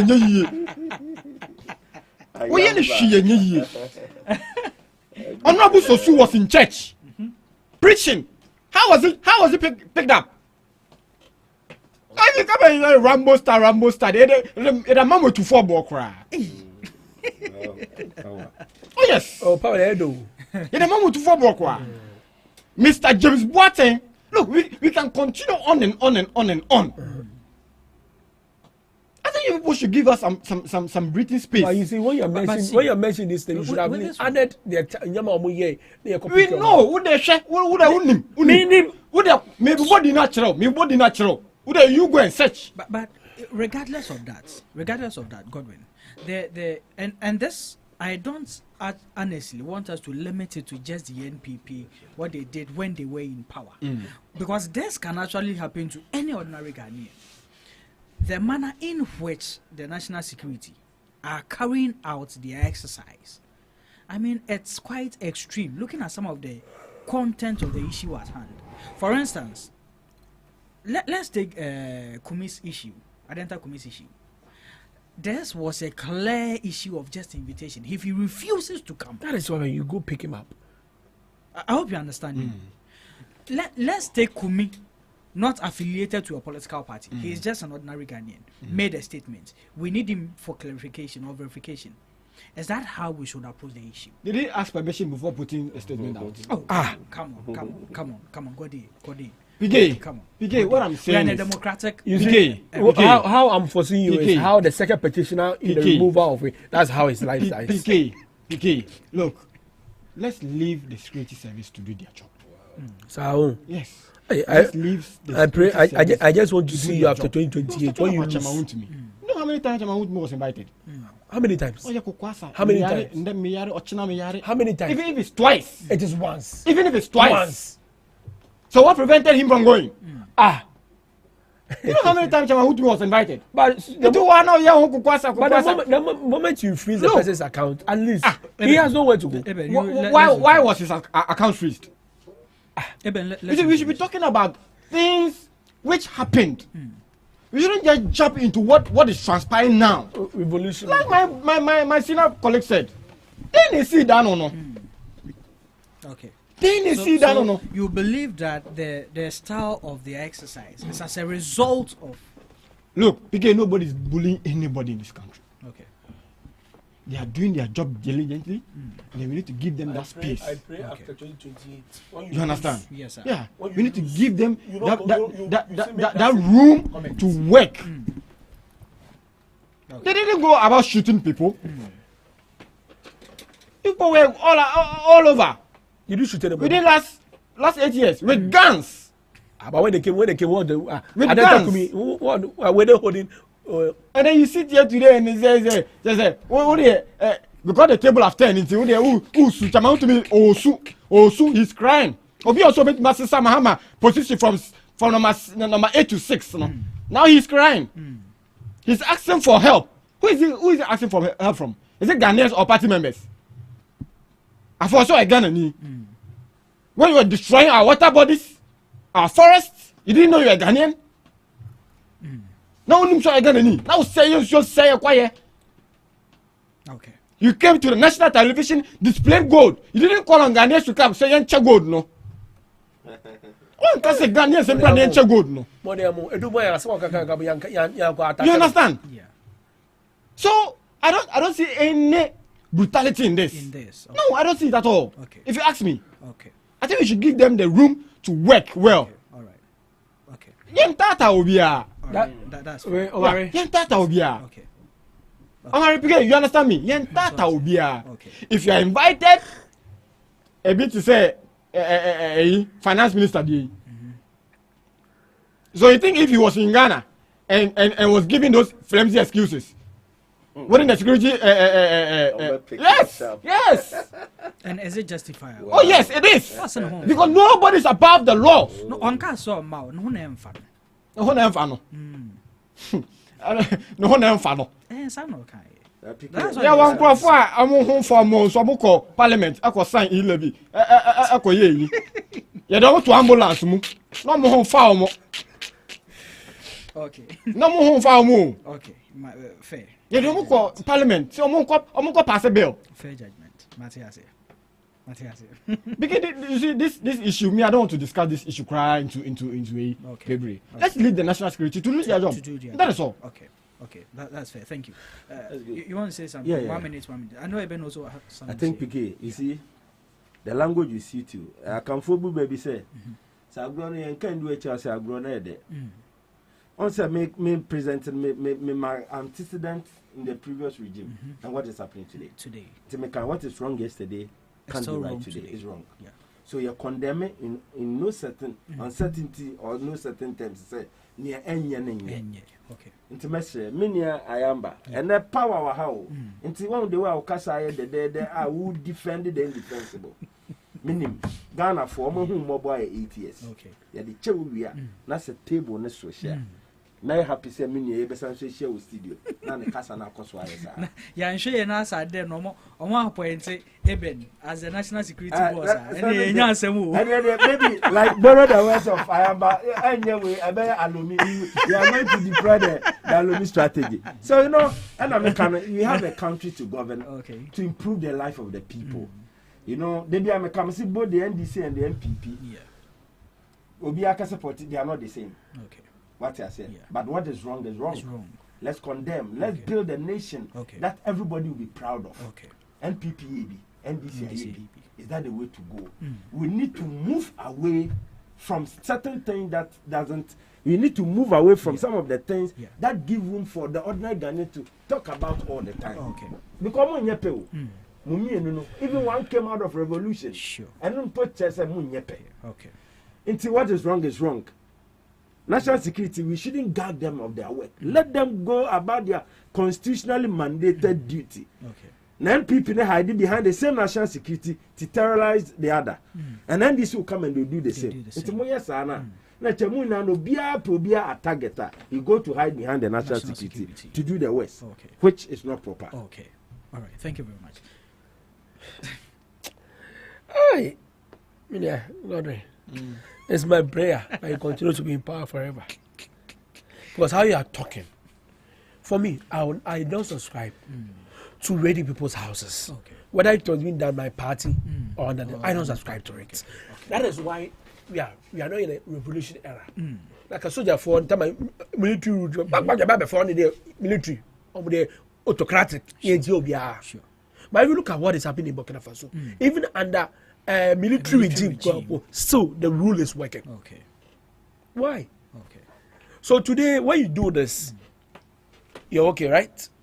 But you see, O'Brien Becker, I pray that you continue to be in power forever. Okay. But the moment power changes, I don't expect you, when the same thing is being done to you people, I don't expect you to come and complain. Okay. Because, you know, my senior brother said, what happened in the past should repeat itself again. So today, I don't subscribe to it. I condemn it wholeheartedly, unreservedly. Because the national security, yes, they have their work to do. Constitutional mandated work to do. Sure. But what they are doing, Obama is I don't know, it's minimum of Africa. It's not, but you see, I just want to put this on record. Yeah. President Mahama. Yeah. He's a communication expert, right? Yeah. And a communication expert, they say, you have the right to speak your mind. Right? Yeah. Let me maybe say, when you speak certain things about me, which determines my image or integrity, the only thing I can do is to sue you for defamation of character at a court of competent jurisdiction. Okay. That is the only thing I can do You to can you. do. Okay. Because I've gone to a lot of radio station, a lot of people will say, but sometimes I sit down and analyze it. I'm a sue called defamation of character, me charge you 10 million Ghana citizens. Who just can't you mammy? It's always say normal. Sure. Politics is near. Yeah. Me make us 7 years old. The only thing I can say, sorry. Sorry. Yeah. You make progress.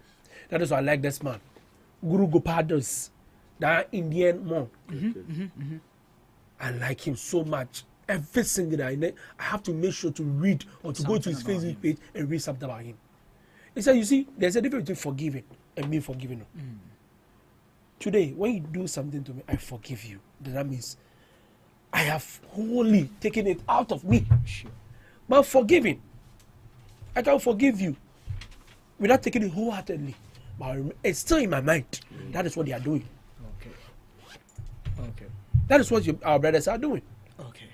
And we see, we should be bold enough to justify that. What they are doing, even though it is their constitutional mandated work, but they are doing it overboard. Sure.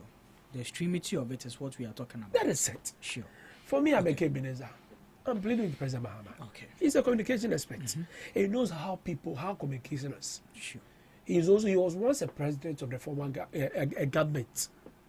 And you know, rules is what works in our country, in a democratic country, not decree. Decree is in a military regime, but rule is the democratic regime. So when rules are being put up, it's not for animals. Okay. It is meant to use in governing human beings, not for animals. Okay. We are not animals in this country. Excuse me for using this word. Sure. We are human beings. Whereby, if I know this is wrong, I know this is wrong. But what you say, abu akramai, ofe, osanso kota fe nefe no. But nipa nfe, enkofa nefe ne back. So I just say, they are two different people or individuals and species. But could ye, or no, that's what you're bono, and so also yes, Jimmy. But could ye, or yes, about bono. Okay. You get the point? Sure. About point, or cut letter, we already took a chicken and wall. But nipa because when I visit the washroom, I know that the right yes. thing to do. Okay. So we are making President Baba. Okay. We are in a democratic regime. We party the National Democratic Congress. So the word, the middle word, deal, about telling them, be a democratic person and stop this your vigilantism and hooliganism lifestyle. If you are being brought up for violence, we join violence into when I'm going here, let me use this opportunity. And Eben, I want you to also use it to brief the CJs. Just a few words on that. Yes, wrapping up on we're wrapping up on the show. So I'm sad. Sure. You see, Article 146 clearly states what is expected to do before you remove a justice of the Superior Court. The Superior Court comprises of High Court, Court of Appeal, and what's the Supreme Court. It said is a incompetence, misbehavior, gross misbehavior, as well as ill health. Obremeka, the petition which has been put up by the three people, frankly speaking, the current reliefs, which is being put up by the suspended Chief Justice, which is being led by Justice Governor Dame. You see, Justice Poama was part of the ruling in this, the second Inspector Ayamba case. And you see, when you read the Inspector Ayamba's case, it's a case that, we frankly speaking, he as a legal person, right? When you read the case, it's like Okoto, Edai, Ijapadibu or Takrade, from one, is it Hungarian or Nigerian citizen? Who was in a country Ghana not doing? Now, Nigerian, the girlfriend, right? Okay, you see the power of attorney. You see the power of attorney. And Toa, Ijapadibu way. Echo court in the minister say, no tribay. No call in China, at least before you can give somebody's power of attorney, it must be in front of a notary. Okay. Notary bay. And I said, the court judge I say, I was expecting you to know. Sure. I was expecting you to know the right thing to do. Yeah. So if a power of attorney, before your power of attorney can be justified, it must be done in front of a notary. Sure. The girlfriend of the Nigerian or Hungarian, one go through that particular process. So you both here, oko an appeal. It was a high cocoa appeal. Oko appeal now, almost the so far as all this is done, it cannot go in your favor. That is the reason why. And again, the suspended one made certain statements. It's like he was saying, Ayaba was saying, oh, you so harsh comment on him. And that the reason why I was saying, Palmer, Justice Palmer, you are part of the people. I'm going to the case also. Okay. So you cannot be the normal Judas Ikashwa or principal has done with Justice Palmer as a chairman of the committee. So rescue yourself. Money. Okay. And then the foreign issue is an economic issue. I don't want to be reading, but you see, all what is happening today was being planned. Oh, really? In opposition. Okay. It's about bad on person here. And all these three people, Rebecca, it's my prayer. It's my prayer. Stay in power forever. It's my prayer. I've said it 3 times. That stay in power forever. You achieve what you want. And you see, the people of Ghana are watching you. As my senior said, they are all young officer here there. Oh, young uncle. But on the day of accountability, that is 7 December 2028. That is why my Ghana to tell us, we are more powerful about research. One cast of a particular institution. Today, the image of the judiciary, with today, any coup so my Ghana Libya, the executive legislature will be dissolved. But the only institution that will still exist under military regime is what? The judiciary. So today, that means the judiciary is an important arm of government. Okay. So why then you want to discredit them, left, right, center? But Eben, before you conclude on this issue, her call for her hearing to be made public, is it valid? Is it the right call? You see, the issue is whatever is being in the constitution, right? Yeah. Is it? I have a particular code I normally quote, but today is like our main skipper. Yeah. That is why we have interpretation. Okay. And I said once, I said this issue, where it has got into, we have never experienced it before in our Fourth Republican dispensation. And again, you see the charges they are putting on the woman. At least, I don't know. Ghanaians want to see what is going on. What is going on? Okay. So if the woman is asking for a live telecast of this issue, President Mama, if really the petition of the buyer is justifiable, of which I could do the Council of State for to determine the driving factor, move to what a formative justice I rescue because say the suspended teachers was not be treated fairly. Oh, is that what she said? No, okay. Oh, it was just a recuse of. So what was the reason of the risk? Conflict of interest. On a woman, happy, so she didn't want to. They don't remember the he was a former attorney general, and he if I not down for call I not have any colleague in a legal way. I don't trust or and the judge, he is a legal brain. I don't know to or Tutiano. You get it? Yeah. So the issue they say, you know, say issue is here, here. Give the person involved the right word to fair hearing. Okay. Until the woman spoke and said, President Mama, and again, you see this issue, Sheikh Georgina Wood, the proceed on person, what is the public domain? What's the one thing? Even the carrot, you know, as a Professor Azar, who requires an extra petition under President Kufuor, so the suspended CG. What is about public domain? The only thing I hear is President Kufuor the verdict or say Council of State for there's no. But we're not leaky, you know. Voilà. And now you call leaking the year and yammy. Ayamo, Abayano, Abay leaky. Because I could do President Mama and say, and could do chief for suspended chief judges. They said the President Mama. And if a leaky, I want a leaky. Okay. So today, they are called Enya de Enya fe. So it's fair for the. How she's been manhandled and treated. Master, make up and come here. And you give me make here. If the acting CG, Ossian pam, the system relief which is being put up by the suspended CG, if really only interest be on GS7 in a right way. Momo yusu ne or go to what the law states. Okay. What I say? Okay. Yeah, corner. Yeah, me see the way we are coming Saturday. Yeah. My late regional chairman Robert Kutin Jr. I mean, I don't want you be seeing a chikra this Saturday. Okay. I mean, you'll be a funeral. I was saying Jakai, and at least it's hard work for the party in the region. At least I expect all regional communication team members as well as all party members, both whether within the region or outside the region. I know the president, former vice president, they will be there. So we are all expected to come. Let's all join hands with the family. Let's give our late chairman, a befitting burial. They say, Yakupon Otones are friend. At least, Obamano, maybe Papa. That's now. Thank you very much there, Mr. Abaka Ebene Sir Beck. Okay. And I also mark in this neutral person because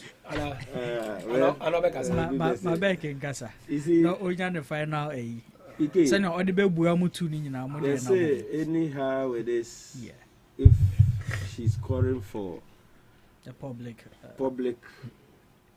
view of it, and I say let the public be aware of the proceedings.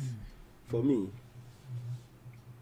let's grant her the wish. Okay. Let it be done because in Iowa, anytime be as a parties, me we be call IPAC now. Me no pen share them no.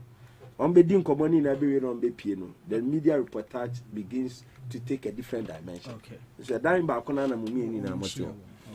But if you and I are following the proceedings with a clear sense of whatever it is, okay. Are you getting it? Yes, so sir. for me, the call is in the right direction. Okay. Let's grant her in that vein. Now you feel an India chiri. Okay. Now you know what really it is. It is. Now, me person me can say, you see, what is good for the goose is always good for the gander. Sure. Now yechi, o man na you go so ayechi chiri no. Say ye shada, say tumi bia ba, ye pese di tumi ni ye nyoma bia. Enano ankan into bebo nsem ama the process. Ochina say be kanwa, you come and defend it. And yes sir, and ye de chichiro man. Okay. We build a nation so that the people can enjoy the goodness thereof. Okay. Our mind. Okay. Na se kwati say to me back na person be to me ye no ma. Nti me there you see this CJ we no day one me tena studio aka say me ma me no anye boni bia. And I still stand by that. Okay. It's good. She must go through all these trying moments. Yeah. And she just come out. And Obeka say me kan. Okay. And to strengthen and to beautify the nature of our democracy, no, a time will come. A time will come. Look, President Mahama is the powerful person in Ghana now. Yeah. He controls the legislature. The executive. He controls the executive. The and he wants to succeed in controlling the judiciary. It's a word to the wise. Okay. You be do ho. Okay. But so chebi you do ho. Na se Ghana hano bibia osikani achi ohia ni na omia ne mene no. Onya the confidence to go to the law court. Okay. Because obeko na ban na oteso na okuta control e ho. Oho na so kokonya atentene ne no onya. Okay. So thank you for that, and I believe that they should heed to the client call and do it that way. So that Ghanaians can be fair verdict. Or Ghanaians can have fair idea as to what the outcome is. Yes. So that I'm off camera, no more about media banter here and there. No. Okay. All right. And then I want to take this opportunity to thank the good people of Agona Bodom. Okay. Our festival is pending. Ending of July, so the planning committee have met.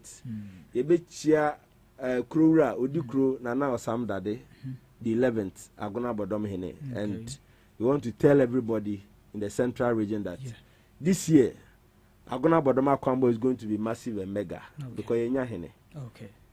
Krura Odikro Abba. Wow. Until all road leads to Agona Suedro Agona Bodom for the mega Akwambo. In the last Thursday of July, it's going to be mega. It's going to be mega. We invite everyone. Thank you. Thank you very much, there, Mr. Ocho Bexon. Good day. Yeah, good day. Can you now boom? No matter how, no matter the noises, the law is the law. Okay. Chief Justice Nakan, you okay. Suspended Chief Justice.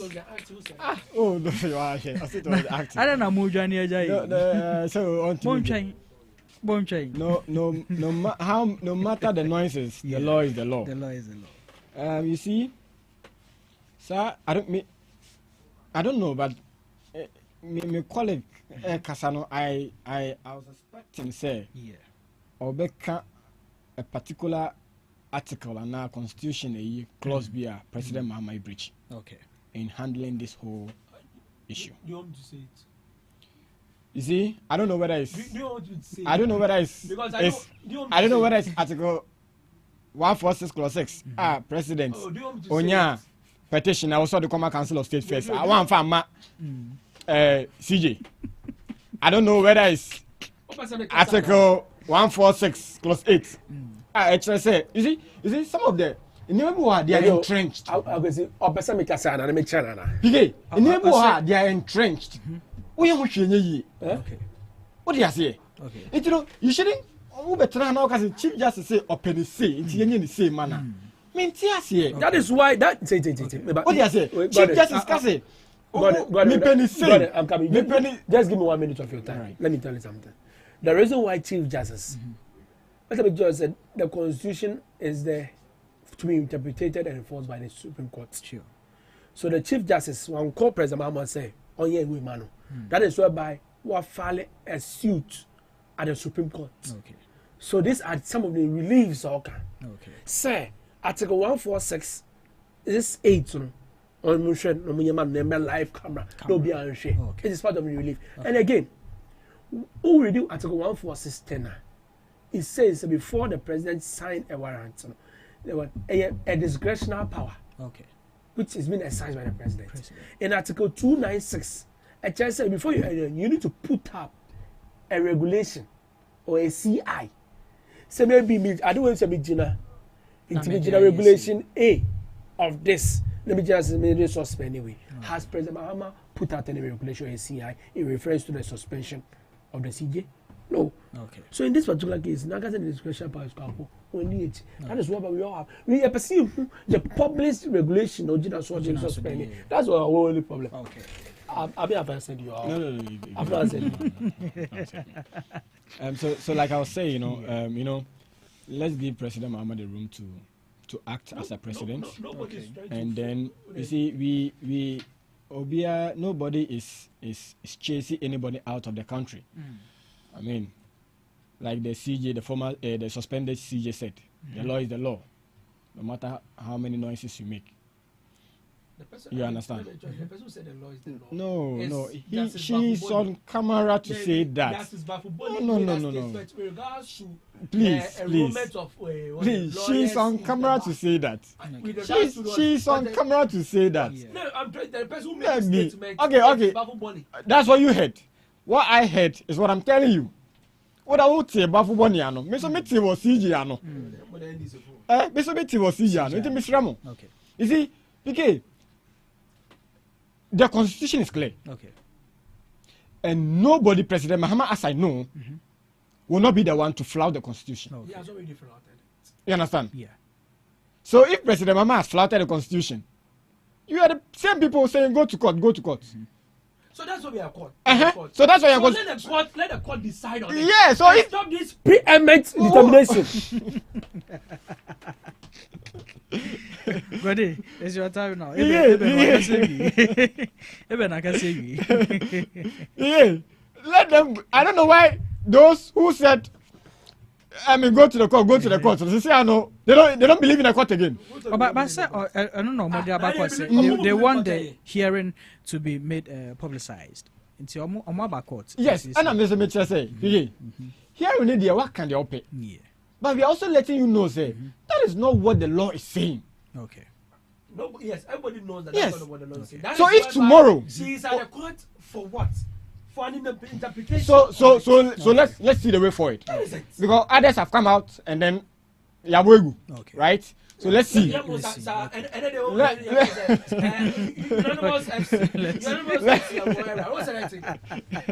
Okay. Yes. I'm from Anusi. My brother, let's be vigilant as a country. Okay. Let's obey rule of law. Okay. So that tomorrow, or China, no, obi ma mo ti make us me so me penny say because there is a precedent. Sure. Yes. Okay. Yeah. Okay.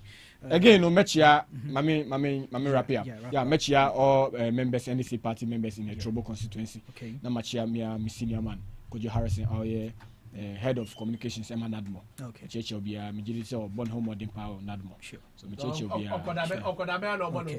So that is it. That is it for the Ghana Talks Breakfast Show this morning. It has been an educative, insightful, and interesting conversation with the three wise men on the show this morning in the person of Mr. Ebenezer Abeka, Mr. Oshrebekson, and Mr. Ayamba Godwin for the NDC. It is a pleasure. It has been a pleasure. It will always be a pleasure having you stay glued to us, listening to us every morning. After here, DJ Rock takes over. Thank you for staying glued. Enjoy the rest of your day. Hello Ghana, hello worldwide. I'm level band. Now listen every Tuesday and Friday. Be the time between